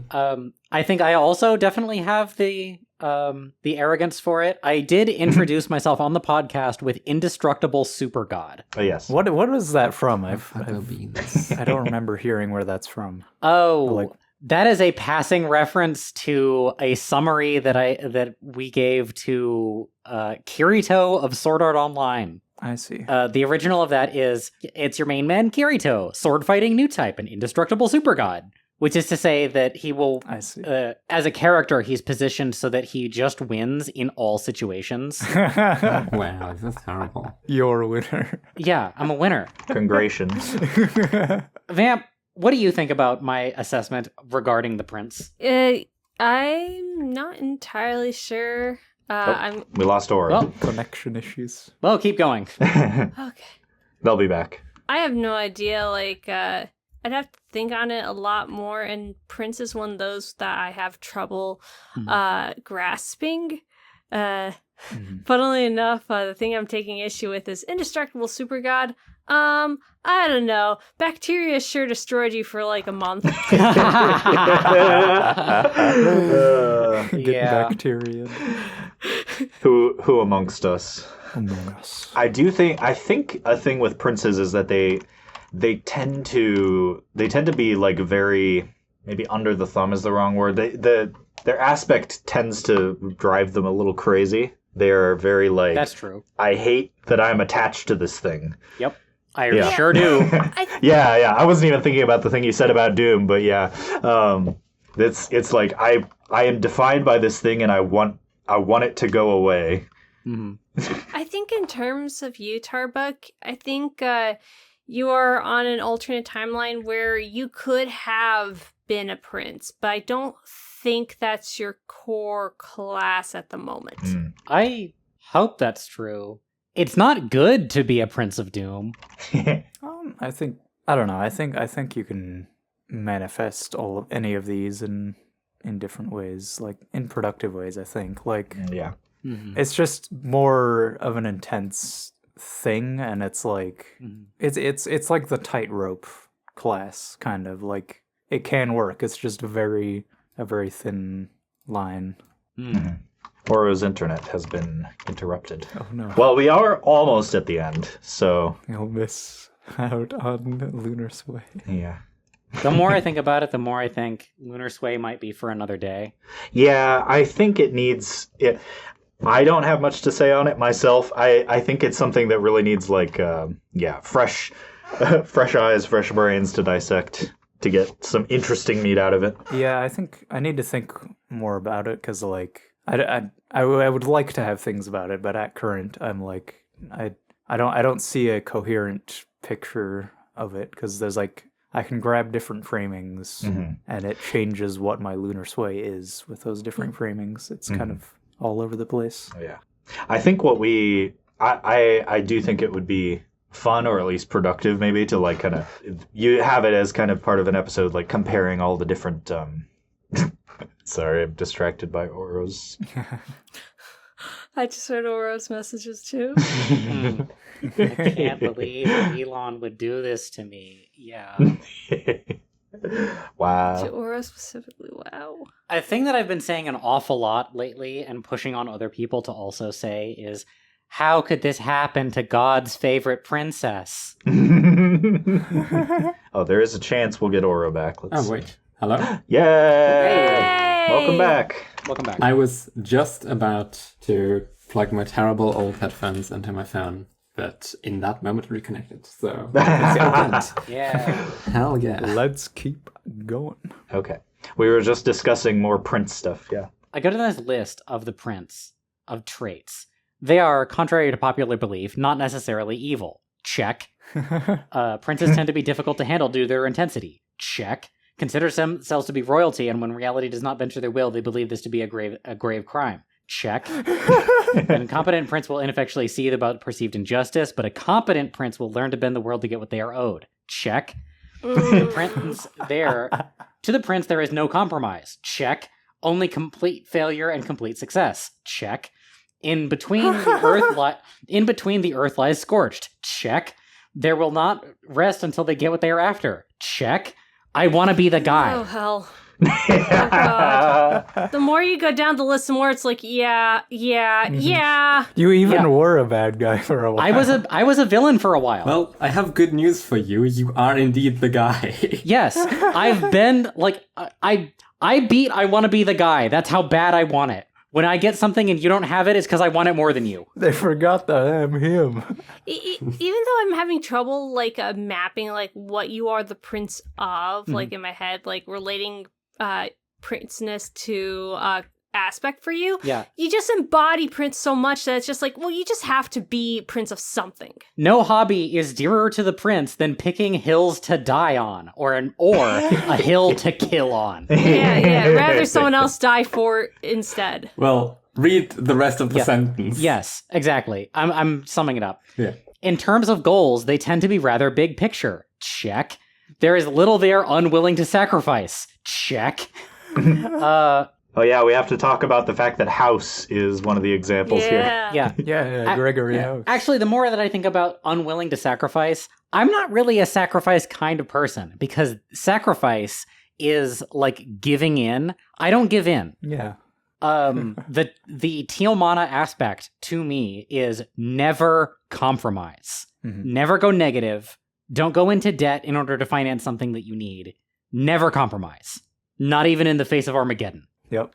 That's a Watchmen reference to notable crazy person. The guy who was originally based on The Question, one of my favorite characters from DCAU, Rorschach. Rorschach is the never compromise guy. Okay, so who else am I like? Gregory House, Regina. We should George. talk about House because our that's another one that the audience member will know. Probably. I think. Even just through, maybe, I don't know if they've seen House or just seen it in the explosion of Tumblr popularity. I've seen House. I've watched House. Do you want to contribute to this conversation at all about House? No, I'm just defending myself. Okay. I have seen House, not just on Tumblr.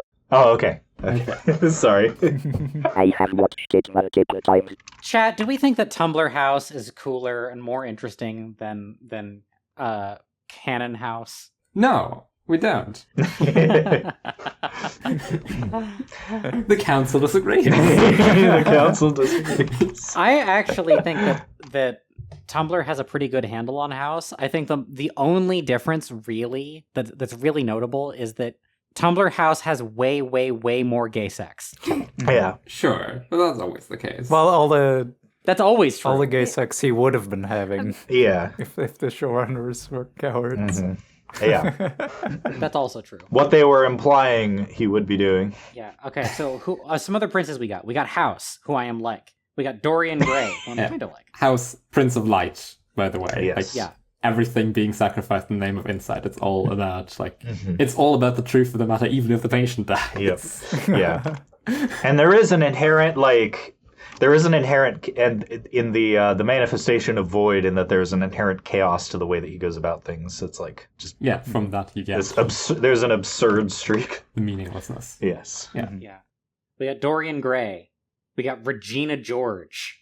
We got Jordan Peterson. Oh no. I actually don't personally know Lorelei Blindeff. Oh yeah, you have only seen the first season of that. I only saw the first half, yeah. I don't know very many of these. I have been, in the past, compared to Isaiah from Durarara. Always a good sign. Always a good sign, yeah. If you're going to be compared to a character in that show, that's the one you want, I say sarcastically. Yeah, like, I wouldn't say that Lorelei Blindeff is a good person, though. Mm-hmm. You know, as the internet is, they're certainly doing the whole, this teenage girl is morally irredeemable for having kind of bad coping mechanism with a highly traumatic event. Yeah, you can rely on the internet to hate a teenage girl. Mm-hmm. Yes, always.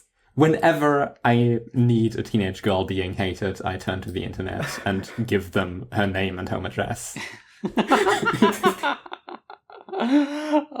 This is a joke, dear audience. Yeah. Worth highlighting that fact. If you do this, if you find this tempting, go jump off a bridge instead. This is not a joke. Yeah. That's what things evil people do. Yes. Which, notably, I am not. Not an evil person. Yes. Anymore. So... Yeah, you know, I get to leave the land ruined behind me, for I am doing it in the pursuit of great justice. Trust me. Exactly. Join me. Yeah. Is Makuta a prince?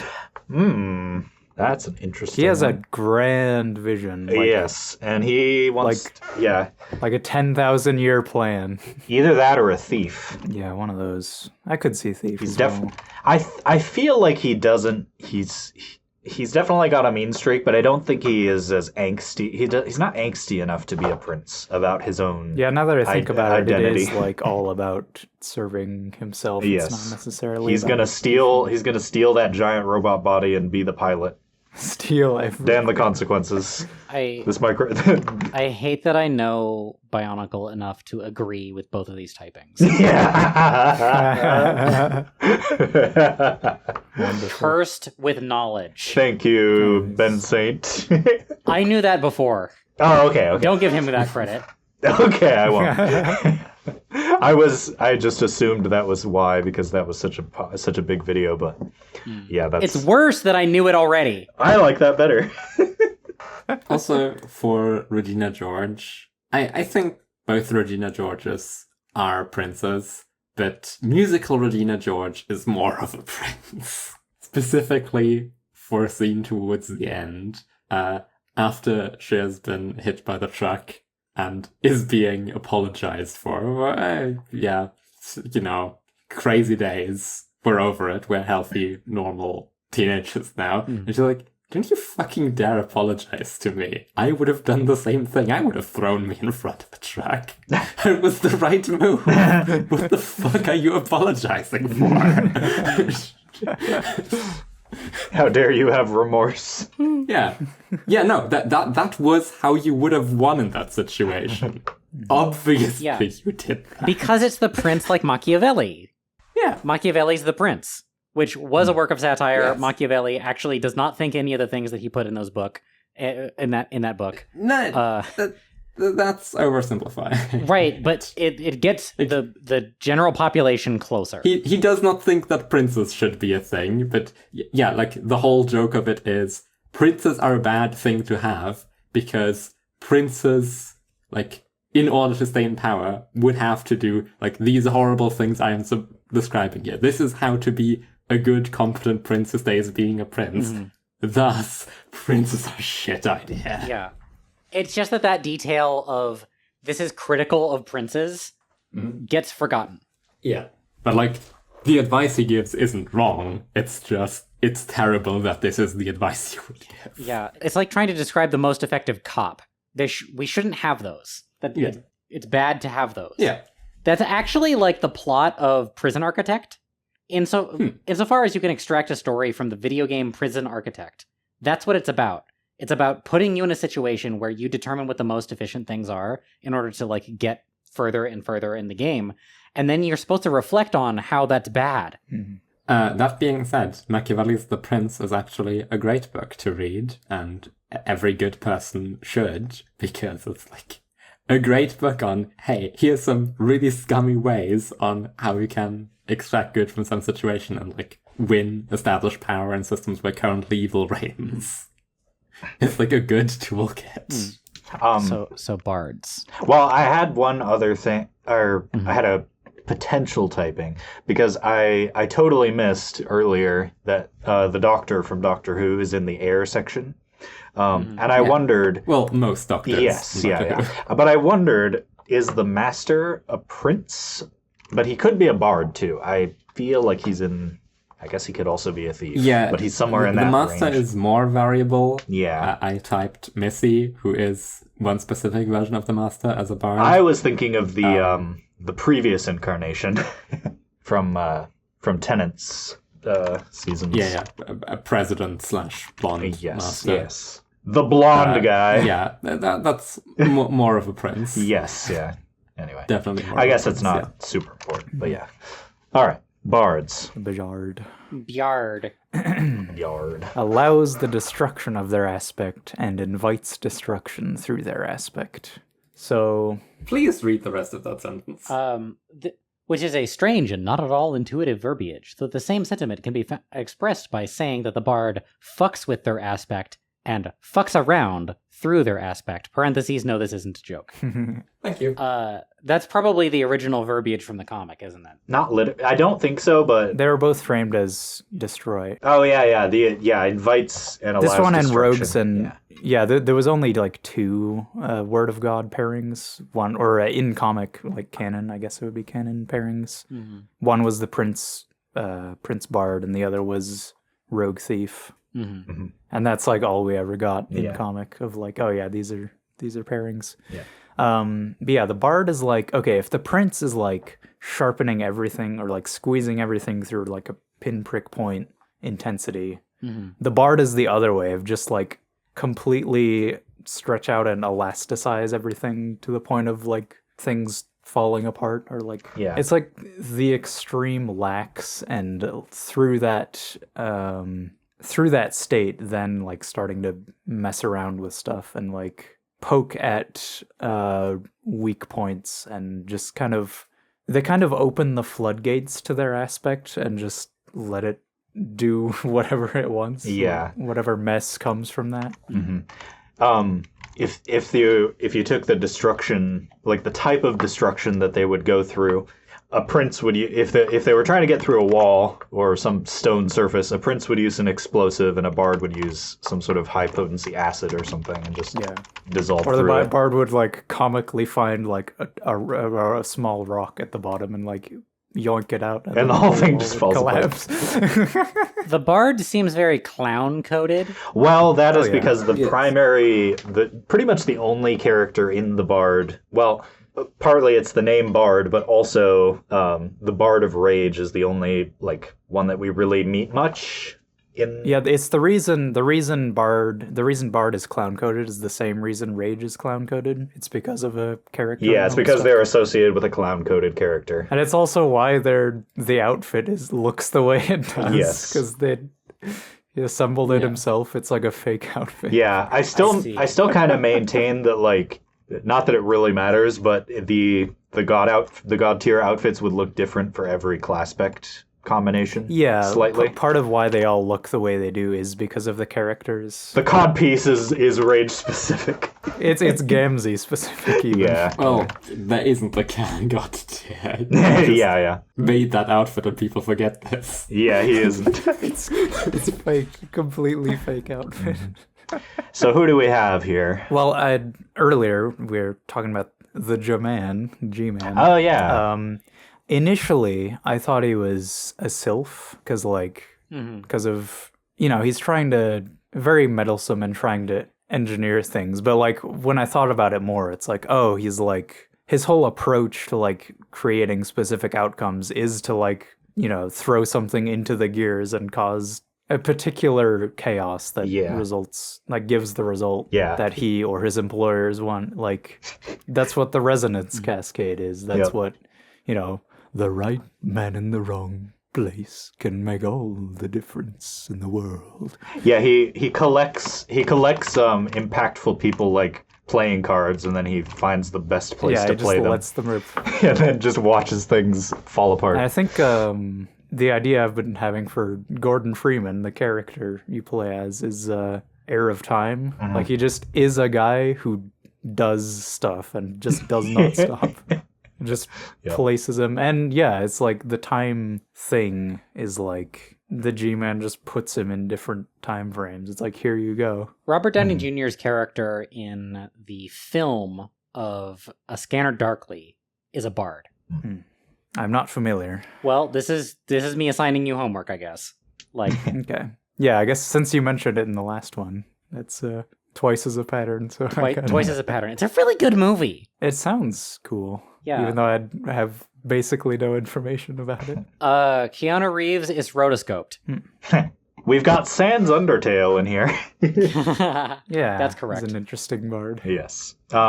We've got James Joyce. Oh yeah, I haven't. There's another Valve. There's another Valve character from Portal 2. Who's that? Wheatley, the Bard of Life. His whole thing is like he's designed like he's supposed to like be taking care of things, but like he is designed to like mess things up in the worst way possible. Like he is pretty competent at what he's doing, but it's like as soon as the thing he's competent at doing is like subverting the whole system. Like the point was to make the dangerously competent AI not very effective. GLaDOS. Yeah. There's also like a bit about like the personality of bards is very like they're like vaguely off-putting a lot of the time. Like the prince is intense, the bard is off-putting. It's like why are you like this stuff? Yeah. Yes. We've got the guy from Falling Down on here. Oh, yeah. Is that the main Yeah, character, the guy William from Falling Foster? Down. Yes. Okay. Well, I haven't seen the movie, but I know just a tiny bit about it. Isn't it just like a guy? He just kind of snaps and goes on a unhinged rampage. Yeah, because, people are annoying. A normal guy. Well, probably never was that normal of a guy. Yeah. No, Oh, yeah. not that normal of a guy. But, he claims to have been. He had His take on himself is certainly, Yeah. I am, was, etc., completely normal dude. Everyone would do this. He has a lot of internalized ideas about how things are supposed to be according to what he was told during the Cold War. And the movie is really about the steady confrontation of, and that makes you a bad person, you asshole. Where, like, a Nazi is like, yeah, you and I are the same. And then he gets home and he sees some home movies, and in one of the home movies, he's like verbally berating his wife and child, and his child is like a toddler, and he has to sit with the fact that he's the bad guy. And then later on that same day, he gets further confronted with the fact that he's the bad guy, and then he like suicides by cop and like falls off a cliff into the ocean, Yeah, more or less. like peer thing. And that's as like and this is the best choice available to him, is to die. Yeah. Yeah, he just keeps making choices that end up making him, destroying his life. And other people around him. He's indirectly destroying his life. And sometimes directly. He does shoot a lot of people. Well, yeah, but he's doing it. He's not like, it's not intentional self-sabotage. It's acting out that Right. Yeah. directly sabotages his life. He's a bard of life. Yeah, that sounds right. I can't believe that you kept going, Oro, no one knows these people. Let's move on back to characters everyone would know. And now you're having a long discussion about William Foster falling down, a person no one ever has heard of. Well, I've heard someone reference Falling Down before. So, there's a video of a guy. He's playing a truck simulator, and he's driving he's voicing over it as if he's a delivery driver, and he says something about, "You may think I'm acting like William Foster from Falling Down." Anyway, I don't know about this. Okay, maybe you're right, but I only watched that movie within the last year. I'm not complaining. I'm fine with this. It's kind of I mean, it's not a very new movie, so I felt like maybe it would what, be 91, 92, something like that? Yeah, it's like it's old enough. I feel like it's probably had some cultural reverse osmosis, influence. I enjoy getting to bitch my personal little culture things. I'm just being happy that now you're talking. Yeah. I'm happy to listen. I'm happy to listen to whoever has explanations of any given character. I'm just going with the ones that I know because that's someone I have any context to talk about. The default culture pick for Bard here is probably the dude of the Big Lebowski. Yeah. Who drifts. Okay. To people who know Dirk Gently's Holistic Detective Agency, I wonder if they know that Dirk Gently was originally written to be Doctor Who. Yeah. The premise is it's Doctor Who, but it's a mystery. And the way that he is just being Doctor Who at people. And seeing him in a Bard role right here is just like totally perfect. Because one of the potential angles you could analyze Doctor Who from is that he just kind of bards his way through the universe. Yes. Yeah. That's how he it's like he's just like some doctors are bards. Let me just kind of say stuff and push buttons and then run away. Yeah. And I win. Douglas Adams wrote episodes for the Doctor Who radio broadcast. I don't know if he actually wrote TV episodes. I don't think so. But yeah, Dirk Gently, I think, was originally a script he pitched for that, or like an earliest version of that. Wait, was Max Landis involved with Dirk Gently? Yeah. Yeah, I was gonna say Max Landis, I think guy who's famous for ranting about superheroes on the internet and making American Ultra and being a sex pest. Yeah. Also made a really good Dirk Gently TV show that I've seen like 3 episodes of. That has Elijah Wood in it. Yeah, Elijah Wood is in it. Yeah, the show is really good. Is Max Landis, is he a bard or like a seer? Those seem like the only 2 options. I mean, he does destroy people's lives, so I'm gonna go with bard. Yeah. It's like a reverse house, maybe? A reverse house. Bard of Light or something. Saves the patient and learns the cure. I recognize Edelyn Clawthorne from the Owl House because I've watched like 2 episodes. Yeah. Good example. Oh, and I guess since we talked about superheroes before, the obvious villain, the Joker, obviously. Very bard coded. Yeah, also a clown. Yeah, and that's probably part of where the bard came from, I imagine. But yeah, it's a very funny dynamic because you have the knight who takes himself super seriously, and then the bard who just gives the knight problems, tries to mess with the code of conduct as much as possible. Is Green Goblin also a bard? My instinct is no. I'm trying to think what he'd be. He could be a witch, maybe. What if a Green Goblin is a rogue? A villain rogue. A villain rogue. Go on. Yeah, it's like if you put a rogue, maybe I'm not familiar. I'm only really familiar with Green Goblin in the Sam Raimi movie. But the way he seems to move and get into move through situations seems roguelike to me. He's familiar with how Spider-Man thinks. And is instead of helping people, it's let me give Spider-Man problems because I know how Spider-Man thinks. Yeah. Instead of let me patch things up. It's let me poke holes in everything. That's probably where the bard, where I was getting the bard thing from. Would he be a rage maybe, like a rogue of rage or something? That's an interesting thought. That is an interesting thought. I like that. Let me try to rile Spider-Man up. Yeah. So yeah, that's all the classes, except for the master classes. Yeah. One sec, I want to briefly talk about another interesting bard. Oh, okay. So many bards. Again, will be immediately relevant to anyone. But Marcus Valafia's Thrilling Intent is an interesting pick because a lot of people, I think, would say he's a prince because he has this very grandiose, self-aggrandizing, sort of self-obsessed personality.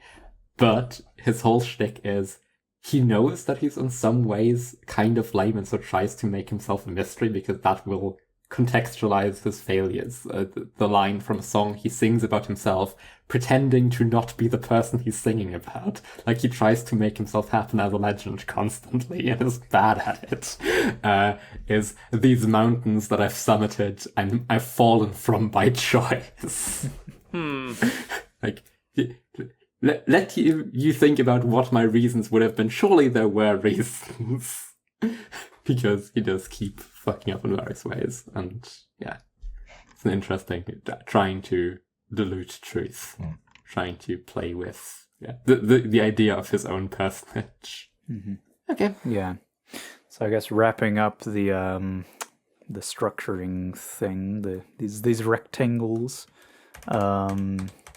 There's the subconscious. Which one is it? Subconscious material. For these two pairs, the Bard Sylph, fucking Witch Prince. Yeah. Like they all seem to be messing with the structure of their aspect, like how it just the raw functioning of it. Like that could be a Bard messing with the structure, like, you know, breaking key points of it, or the Sylph kind of doing the opposite, like, let me smooth out all of the, like, what should the structure be and how is it not that at current. The witch, you know, finding the unexpected uses or out emergent properties of the structure, or the prince, like, what should all of this be aimed at really aggressively, like. They sort of lack the lens. They don't really have a concrete ontology and don't need one. They're these like very extreme forces, like either know what they're heading for or they know what they're working with, and like them either pragmatically use the deity at their disposal or pragmatically use the stuff at their disposal. And in the subconscious lies the skew they are imbuing upon the world through the way they are perceiving it. That's not really dealt with much.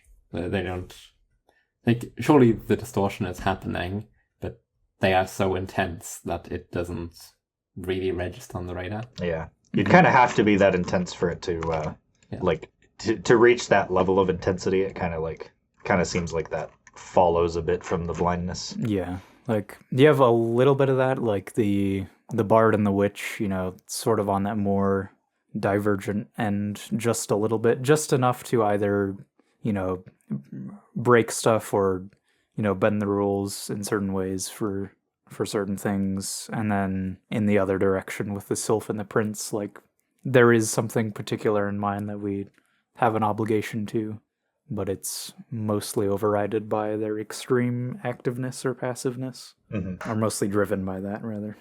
Yeah.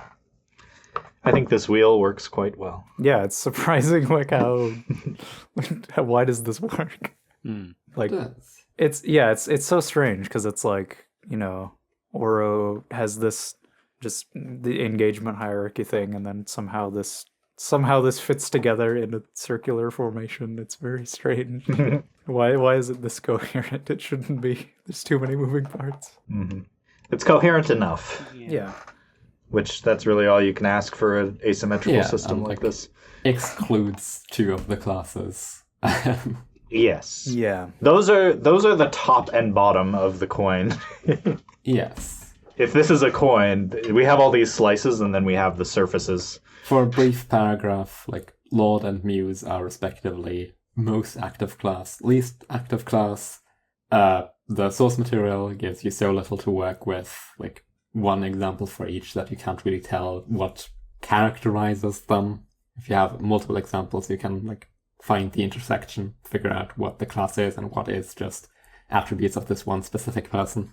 But the general idea is, like, most extreme force of nature type interpretation of the aspect, like a sort of the naturalness of the air, but turned all the way up in terms of interfacing with, like, if you were writing not the paladin of deity X, but the actual deity X directly. That is the Lord / the Muse, where the Muse inspires its flock and the Lord the demiurge-ish just shapes the world directly.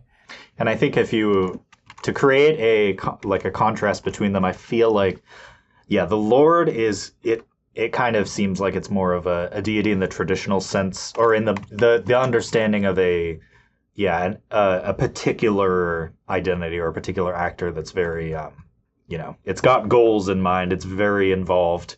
And then the Muse is more like, almost like it makes, if we're talking about like magic systems, it reminds me of nature magic. It's more of a, It also makes me think of how people treat religion generally, of like, you're going to do a bunch of things in the name of this concept or this person or whatever. And they don't actually do anything. You're just doing stuff about them. Yeah. Like in The Last Unicorn, the titular unicorn embodies this role of a muse. Like, she's not that good of a person, but like the term good person shouldn't apply. She's like an ephemeral manifestation of beauty, and everyone who comes into contact with her has the strong impulse to, the phrase is, to be better than they are, which is, like, there is a thing greater than me in whose service I can lay all my flaws aside and just like serve the greater cause, this general inspiring force. One example that it might be a little contentious for a muse pick, but in Lord of the Rings, this is the other Classpect that for Gandalf the White, I consider Muse of Hope, because his role is very much kind of being the central figure who is he's not in charge, but he inspires everyone else to keep going and to keep fighting to a supernatural degree. Yeah. And he kind of goes everywhere and inspires everyone to, pick up and fight back and don't give up early. I don't know that I would put Sauron as Rage, but he is very much, he could be considered an example of a lord, because he is... Yeah, at least in that story. He's destructive, he's very... he's got a lot of underlings who are in his direct control, like they're doing exactly what he wants them to do. Yeah. And he gets very upset if they don't. He will mind control them into doing exactly what he wants them to do. He wants to control everything and form the world into his image. Wouldn't be interested in typing Vamp, though. Hey, Vamp, you want to talk very briefly about how you relate to blood as a subject? Suddenly all the words have escaped my everything. I think it's like the secret, it feels like the sleeper aspect for me, because I still feel pretty strongly that I'm fairly hard, but I think blood is the one that I don't realize that I am. Like, I resonated a lot with like this sort of like in the treatise, blood will often like set themselves up as the martyr, even if it's not like needed. Very much like community focus, and I don't think I'm explaining it very well, but like for the focus of like the collective rather than the personal. And I'm not really sure how I interact with that exactly. I thought Knight at first, then it also feels like Maid also works well with it. Maid was my pick. Yeah, I think disposition-wise, that makes a little more sense for you. Yeah. In the last episode, you had that bit where you shared my excitement of, oh no, you don't get it. In the workplace, I get to do all these like small little tasks that no one else is managing, and I get to hold everything together. Yeah. But like, you cannot imagine Batman having that reaction. That is fair, and I think something else I was considering was my current offline job is basically going around and not literally being a maid, but like more in like the Classpecting sense, where it's like I'm going around and trying to help solve everyone's problems in some way. I'm just I basically exist to help the department out, like, and make sure it keeps functioning. I'm not there to reprimand anyone or like do any sort of like discipline or anything. It's just like, oh, you're having a problem with this thing with the system. Here, let me help you. Yeah, and also like you're very like the way you engage with media, for example, it's like very much about the like sociological like interplay of like who are these characters and how are they like how are they interacting and what are they doing? Very much like mapping that out, I suppose. I can also see you as a Maid of Heart now that you say it, because the other Maid of Heart that we have direct access to here, the one that I recognize, is Data from Star Trek, who is a walking allegory for autism. We've got Data and Adora as candidates. Right. And you're somewhere between those two people, I think. I know you didn't watch She-Ra. No. That's okay. I forgive you. I'll get around to it. There's other things to do right now. Yeah, Adora is also a good... Yeah. Yeah, big time. What is the character arc? Like, early in the podcast, we said that these are character arcs that you go on related to the aspect. They aren't the arc themselves, but they're the role you're playing. Yeah. In the arc. The way I've generally understood or explained the arc of a Maid is that they start off very much, or where they end up is in a very self-empowered, like, they serve this thing out of interest or excitement or just fascination or whatever. They go from a place of, I mean, so the one... Usually under the thumb of some, like... Yeah, they're kind of under... Some... Subject to something outside their control. Lesser or false manifestation of their aspect, I suppose. Mm-hmm. And getting out of the thumb, under the thumb of that, and, like, realizing their own version, or their own interaction or interpretation of it. Like a Cinderella story. Yeah. That's a good example. Yeah, I guess. It's like, so to use Data as an example, it's like if I don't know where he started out. Yeah, everyone has opinions about Data. Everyone's like, oh, does Data have a soul or not? And like just kind of has to define himself through his actions, and like, yeah, it's like sort of like shutting everyone else up through showing what you're made of, I guess, and what you're that you actually have agency. Yeah, I think attainment of agency is a good way to put it. Or one way to put it. Yeah. The way I usually think of it is like some manner of outsourcing, of like imbuing your goodwill, your excitement, your passion into something external, into the world. Like the flourishing of your ward, the thing you're taking care of, as like the most common thing. Often kind of feminine coded, but like the archetype of the good king is sort of a Maid archetype. It's also the like, okay, I care not for myself. I have like this strong investment in this people, in this land, in like the values that are being lived here, and I will give myself to help them and make all of that work, etc.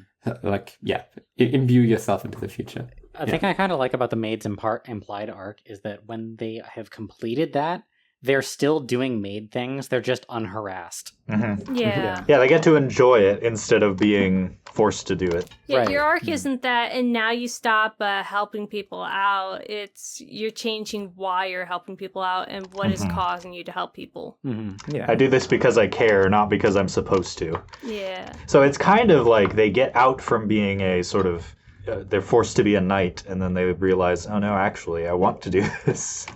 I like this. Yeah, like, to briefly go back into Homstuck, Aradia stays in the furthest string and just helps ghosts around because it's still like a fun, amusing place for her. She likes her roles of being Metrody to the recently deceased. She just keeps doing it even when it isn't necessary anymore. To that end, I think that Joe from Digimon is a Maid. Part of his, like the end of his arc is like he's under a bunch of pressure to become a doctor, and in his adventures in the Digimon world, he finds that like he's often the voice of reason, and he does take care of people because he's been like in pre-training to be a doctor. And then he like when he gets back to the human world and like is confronted with the expectations that he wants to avoid, he figures out, no, actually, I don't want to do it because they tell me to. It turns out that I actually am good at this thing and I like doing it, and I would do it even if they didn't tell me to. It's so sort of an accident of circumstance that like he still doesn't like the expectation, but he does want to do it, and that's what he winds up doing anyway. It's like the they're suffering under the when somebody tells you to do something you were already going to do and then you get mad about it. Yeah. Yes, exactly. And then when the pressure is off because you saved the world 4 times in a row, like you have the space to determine this is what you do want for yourself. A little bit of demand avoidance. Yeah. Huh. That's cool. I think that does fit because I do get rather upset if someone like tells me or expects me to do something that I might have enjoyed doing if it was my own idea, but as soon as someone's like, hey, you have to do it now, it's like, why would I? And does that also then mean that the Maid things that you do, either of heart or of blood, are things that if there were not this pressure upon you, you would be happy to just do anyway? I think so. Okay. Yeah, because I get great joy feeling like I'm helping someone out. And you get to exercise your expertise, which you do have. Yeah, there's a level of getting to exercise expertise in the few relevant areas that I've got, like that feels empowering. And then also a little bit of what you were talking about earlier with Enneagram 2, where it's like I need to like be useful to someone to feel like I am capable of being loved. But that's like the more destructive aspects of it. Like, like thinking of like the less destructive aspects, like just being at pony conventions, I'm having more fun volunteering at them and working them than actually just attending them. Yeah, I know exactly what you mean. And I just realized that today is the last day to apply to conventions. Fuck, I gotta do that. Dang. I mean, I did want to talk a bit more about some of our other class specs, but I didn't want to keep Vamp up necessarily. I'm okay with like you guys keep going on ahead. Like, yeah, you got the majority of it. So yeah, the thing that I was the most interested in from Vamp is the feedback about like other class specs that I might have, because I'm in here, you're out there. If I do something that looks 10 ways to me, it's going to look 1 way to you. And I want to... So I'm sure that you're in there, and I just remembered where I was. Yeah. Yeah, for you personally, I still feel fairly strongly about Mage Seer, like leaning Seer, but I could also be misunderstanding. Honestly, I'm still for some reason having trouble grasping classes, which is rather annoying because I just sat through listening to y'all talk about it and talk like very interestingly and passionately about it, and it's still just like, man, why is this not clicking for me? So I'm gonna need to sit with that. But definitely feeling something on that sort of dynamic, and very much Prince, at least in action, though again I'm not quite sure what you are the Prince of. Yeah, I mean the tricky thing with classes is that like it needs a lot more direct examples to like build out the like what they actually look like, because they're very much about the practice as opposed to the aspect, which can sit a lot more in the conceptual realm and still be understood. And that might be what the problem really is, because a lot of the characters used in examples I've just not interacted with the media. Either I've just not seen it, read it, or whatever, or I've not interacted with it in a meaningful way in a recent amount of time to really say, okay, I understand.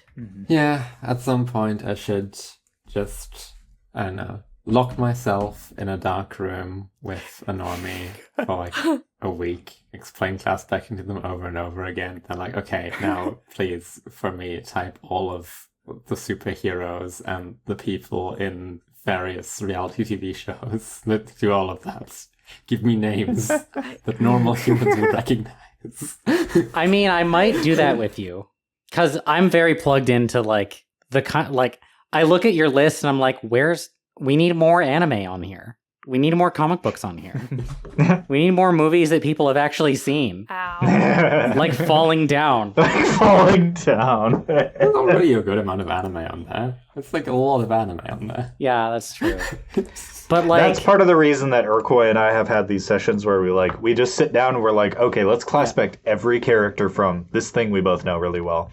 Like Lord of the Rings. I'm just saying, my list has Goku on it. Yeah, we did all the Bionicle characters, or as many as we could think of. Well, I already have two as of breath. Okay, what if we sit down with I Vamp? could replace Teo with Goku. I guess Goku is Yeah, a better fit than Teo Celeste. Yeah, I could replace those two. there's a whole episode's worth of we sit down with Vamp having re-explained classes, and then we just type every character in the entire history of Degrassi. Oh dear. There's another one where we try to fill out this entire chart. Although it's probably a lot harder to dig for characters by class-spec than it is to class-spec characters by going through them. I've stopped doing that because I feel like I'm bullshitting myself into a certain read of characters.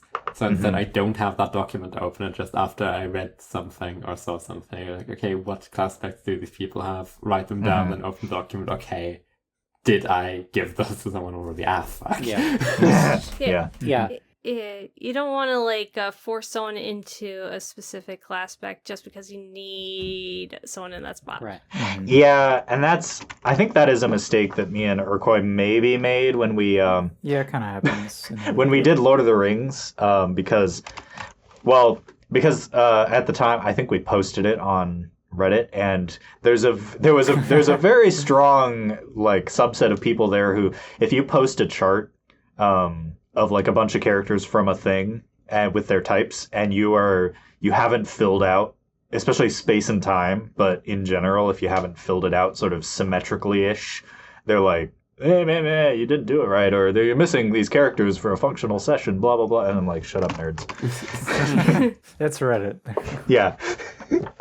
Who cares about that? Yeah. Someone should kill those guys. There are read it here first, good folks. Yeah, there are no good Redditors. There are merely good people who happen to be using Reddit. Yeah. I wouldn't go that far. Me sweating over here I use Reddit. We don't have a Seer of Time and Lord of the Rings. We need who do we have left? The bartender from the Prancing Pony. There you go. Well, yeah, we typed Treebeard as space, I think partly because we didn't have anybody in space. And part of that was me thinking, oh, well, somebody's going to complain if we don't put a space character. I guess this works. I think that works. Okay. Yeah, I suppose. yeah. But I kind of felt, I kind of felt like it was forcing it a little bit, but maybe it is a good read. It's just Perhaps. my motivation was wrong. Yeah. Okay, Degrassi Classpecting episode forthcoming. Okay. There's 200 characters. Yes. It's not even necessarily a bad read, but if I look at this and go okay, what would a Derside page of space look like? I think about this for a while. Some character who vaguely fits that pops into mind, and by the end of it, I might even be like, oh yeah, that is a really good read of that character. I suppose that makes sense. But it would not be the one I would have come up with if I had examined that character neutrally. And if I look at it again 2 months down the line, I go okay, sure, I remember the story I told myself about them, and that does make sense, but it's not useful for this chart, because this isn't the way you would read them. Christ, what's with I thought my head died again. Hello. I guess you can still hear me. Yes, we can. Hello? Yeah. All right. Yep. Okay. I'm kind of wrung out. Yeah, it's been a long I'm one. Fucking dying. What did we do? I just hit 5 hours right as I looked at Audacity. So Oh, yeah. for real. Oh my god. Even longer than the last one. Somehow. Wow. I thought we were doing unedited. okay. Yeah, we didn't even tangent that much from classes. That's We just I'm gonna give myself undue credit there for being the rogue or the Sylph in this situation. I'm not sure which, but I was here. Never mind. As they say, each guest adds 20 minutes per hour. to a podcast. Yes. God. All right. Well, tune in next time, I guess, for Lunar Sway finally, and then whatever else we get to. Yeah. Classpecting Degrassi. This I guess I Degrasspecting. have to watch Degrassi before I can do Oh that. dear. Like, I love the show, but I don't know if I'd want to wish that on you. Yeah. Yeah. this has been Classpecting. Now that the unofficial Homstuck collection is down, the rest will surely follow, and this will be the last monument to Homstuck to exist on the internet. Yes. I'm calling it now. I did it for the PCP. I shall be the final name on the gravestone. This is not a place of honor. My name is Ozymandias. Gaze upon my works, ye mighty in despair. Yes. Alrighty. Where can one find you good people? Aside from in the desert. Yeah. My main thing right now is being right here in this podcast with y'all. Yeah. Me too. I also have a bunch of other channels, such as the crafting channel, which I recorded like 80% of a video for. I just need to do the last little bit when I get home from the trip that I'm on, and then I get to edit all of that together, and hopefully that'll be a faster process than it ever has been before. Otherwise, I won't do it. You heard it here. Yeah. We also have an archive of a Digibros style podcast that we did, me and Vamp, called The Arch Plays, where it's actually just a podcast, and also there's video games that we comment on sometimes, but it's not really about that. It's always about the topics. If you want to watch the good episodes, they have thumbnails that look like things instead of just having the game on them. We also have a taste test channel where we try food. That is also basically an archive, although I kind of want to bring that one back. Do you Hey, have... Tarbuck, how about that episode of Taste Test re-recorded? Oh, yeah. I have to... That one goes up immediately after the one that I recorded with Trixie. Yeah, I was gonna say, there's a backlog that you've never released. Oh, yeah. It'll come out. I didn't know that it coming out was even in the cards. I just want the file at some point. It's been a year. Oh. Yeah. Has it only been a year? I swear it should have been longer. It's been more than a year, but yeah. Relatedly, I highly recommend hanging out with Oro. Great experience. Oh, Yeah, nice. I agree. Thank you. You too. It was really great hanging out with you. I would come again, gladly, if it weren't for the fascism and also Yeah. flights to Yeah. Yeah. Statia being pricey. Yeah. Yeah. But like, honestly, mostly the fascism. I would not wish coming here on my worst enemy. Yeah. Yeah. Like, I'm sure we'd be willing to, like, help with the price thing. I would Yeah. pay for it again. If you live in America, don't. But yeah, we need them to stop harassing people who aren't American. Well, I mean, they're doing that plenty for Americans too, but, you know. Yeah. And hey, if you come to Europe, either long term or short term, come over. Yeah. I won't have the cult house for a while, but I'll have an apartment somewhere. As a That would as be a cool. like fun fandom thing regarding the interview with the vampire Auverse, What? the Vampire Chronicles, we kind of want to visit the Auvergne in France, Oh. just because Okay. that's where the Vampire Lestat is from, and literally no other reason. I'm sure there's stuff to do there. I keep forgetting that you have this desire because it's so off the wall. Like, I would have never guessed that you would. And so every time you bring it up, it's just like, wait, what? What happened here that, like what other thing with media or, like, historical thing are you talking about? Oh, it's just this story that I love and you love too, but, like, apparently you love it in this specific way that I never expected. Yeah. Similarly, if I'm ever on the West Coast and have like free travel, like the ability to travel freely, I would want to go to Forks. Oh yeah. That sounds cool. Yeah, if I'm ever in the States again, I also very much want to go to Fox. I was very sad to not be able to do that on the first States trip because it was just entirely out of the way of the route that I was traveling. Well, I guess you're gonna know in a couple of years whether or not the previous election was the final election. So Yeah. Is that that's the Twilight Town, right? In Yeah, that's the Pacific Twilight Northwest? Yeah. Oh, Yeah, I it's want to in go to the Washington. Pacific Northwest. So I'll if I'm allowed, I'll come along for that. Hell yeah. You That should would also be check fun. out the giant bookstore in Portland. Love giant bookstores. You heard it here. UTV Con. Yeah. One. Going to Forks. Yeah, where none We get of an us Airbnb in live. Forks. Oh my god. That sounds awesome. Yes. Yes. All right. Do we need to do a sync clap? Oh, do we have any other outro stuff? I am the only person who gave an outro. Yeah. We started saying other things. Yes. Uh, Tangents happen. Yeah, that's where we put all the tangents that we didn't have elsewhere. Yeah, we oh swept them yeah, under it's the all rug. the back. This is the backwash. Uh-huh. I've been Oro. I run Ouroborista.cafe, which is a cool website where I host writings and sometimes art. This episode might have a new profile picture for me, which, I don't know, I drew today. Might keep that. There's also probably a comic that I hope I'll be done with tomorrow. That's gonna be cool. I recently wrote a short story called To Remember the Sun, which is good, and you should read it. These are types of things that I do. I am very cool. Read stuff on my website. Oro is very Yeah. cool. Read stuff. Yes. And I've been Urcoy / Uranium Coffee. You can find me here. You can find me there on the Urcoy channel, where sometimes I do vlogs very occasionally when I have a thought. And you can find me on my website, uraniumcoffee.neocities.org, for all the things, which I need to update. I need to update the RSS feed for with the UTV because I forgot. You should get a .cafe domain name. Yes, yeah, I remember. You should Okay, just get uranium.cafe. Oh, that would be awesome. back when I first made my Tumblr. When I made my Tumblr back in 2014, I called it Uranium Cafe. So yeah, I should get a cafe as well. Yeah. Yeah. I have been Gentle I'm Anachronist. paying like $20 a year for Oh. it, sorry. I'm trying to do my outro. Yes.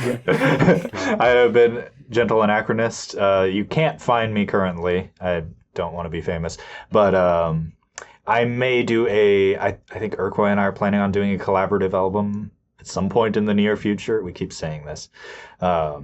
So you may find me on their Bandcamp at some point in the future. So look forward to that, I guess. Yeah, ears open. I've been NotAVampyre. You can find things I've historically done on my YouTube channel, youtube.com/NotAVampyre. Someday I would like to make various videos about the things that I've gotten into, like Dance of the Vampires and My Next Life as a Villainous visual novel. Someday. Not today, though. Oh yeah. Is the visual novel good? I watched the anime. I liked it. Oh, I'm obsessed. I'm doing my second playthrough of all of the routes right now. Nice. As in, already did every route and replaying every route. Yes. Cool. Maybe I should look into that. Yes, I think my favorites so far are the two new game-specific characters, and then also Giordo and Alan's route. Sad that there's no route where you're romancing any of the girls. You only get a normal friendship route. Damn. That is a shame. Rip. Yeah, justice for Mary. She does so much to try to romance you, but it doesn't work. Damn. Poor dear. You really are a villainess. All right. Is it Oh, sync yeah. clap Oh, time? I guess. Yeah, I we guess never one did more that. thing. Oh, what's the I one could more mention thing? is there is I do have a Classpecting server if anyone in the audience is interested. Neat. I can put a link to that in the description. Do Would that be the Called Sabaj? Yeah, Spaj. Stupid bullshit ass horrible drink, or Spaj for short. It's a very specific joke, but yeah, if you would like to talk to us, some of us are in there. So. It's got the best icon of all time. Oh yeah. It's not July anymore. We should change the Christmas thing. It's been over a year. It's No, been Christmas. Christmas is an holiday. It's a way of life. It's been Christmas in July for 13 months. The joy is spreading. It's July somewhere. It's July somewhere in the world. It's Christmas in July somewhere. Falls. Oh my gosh.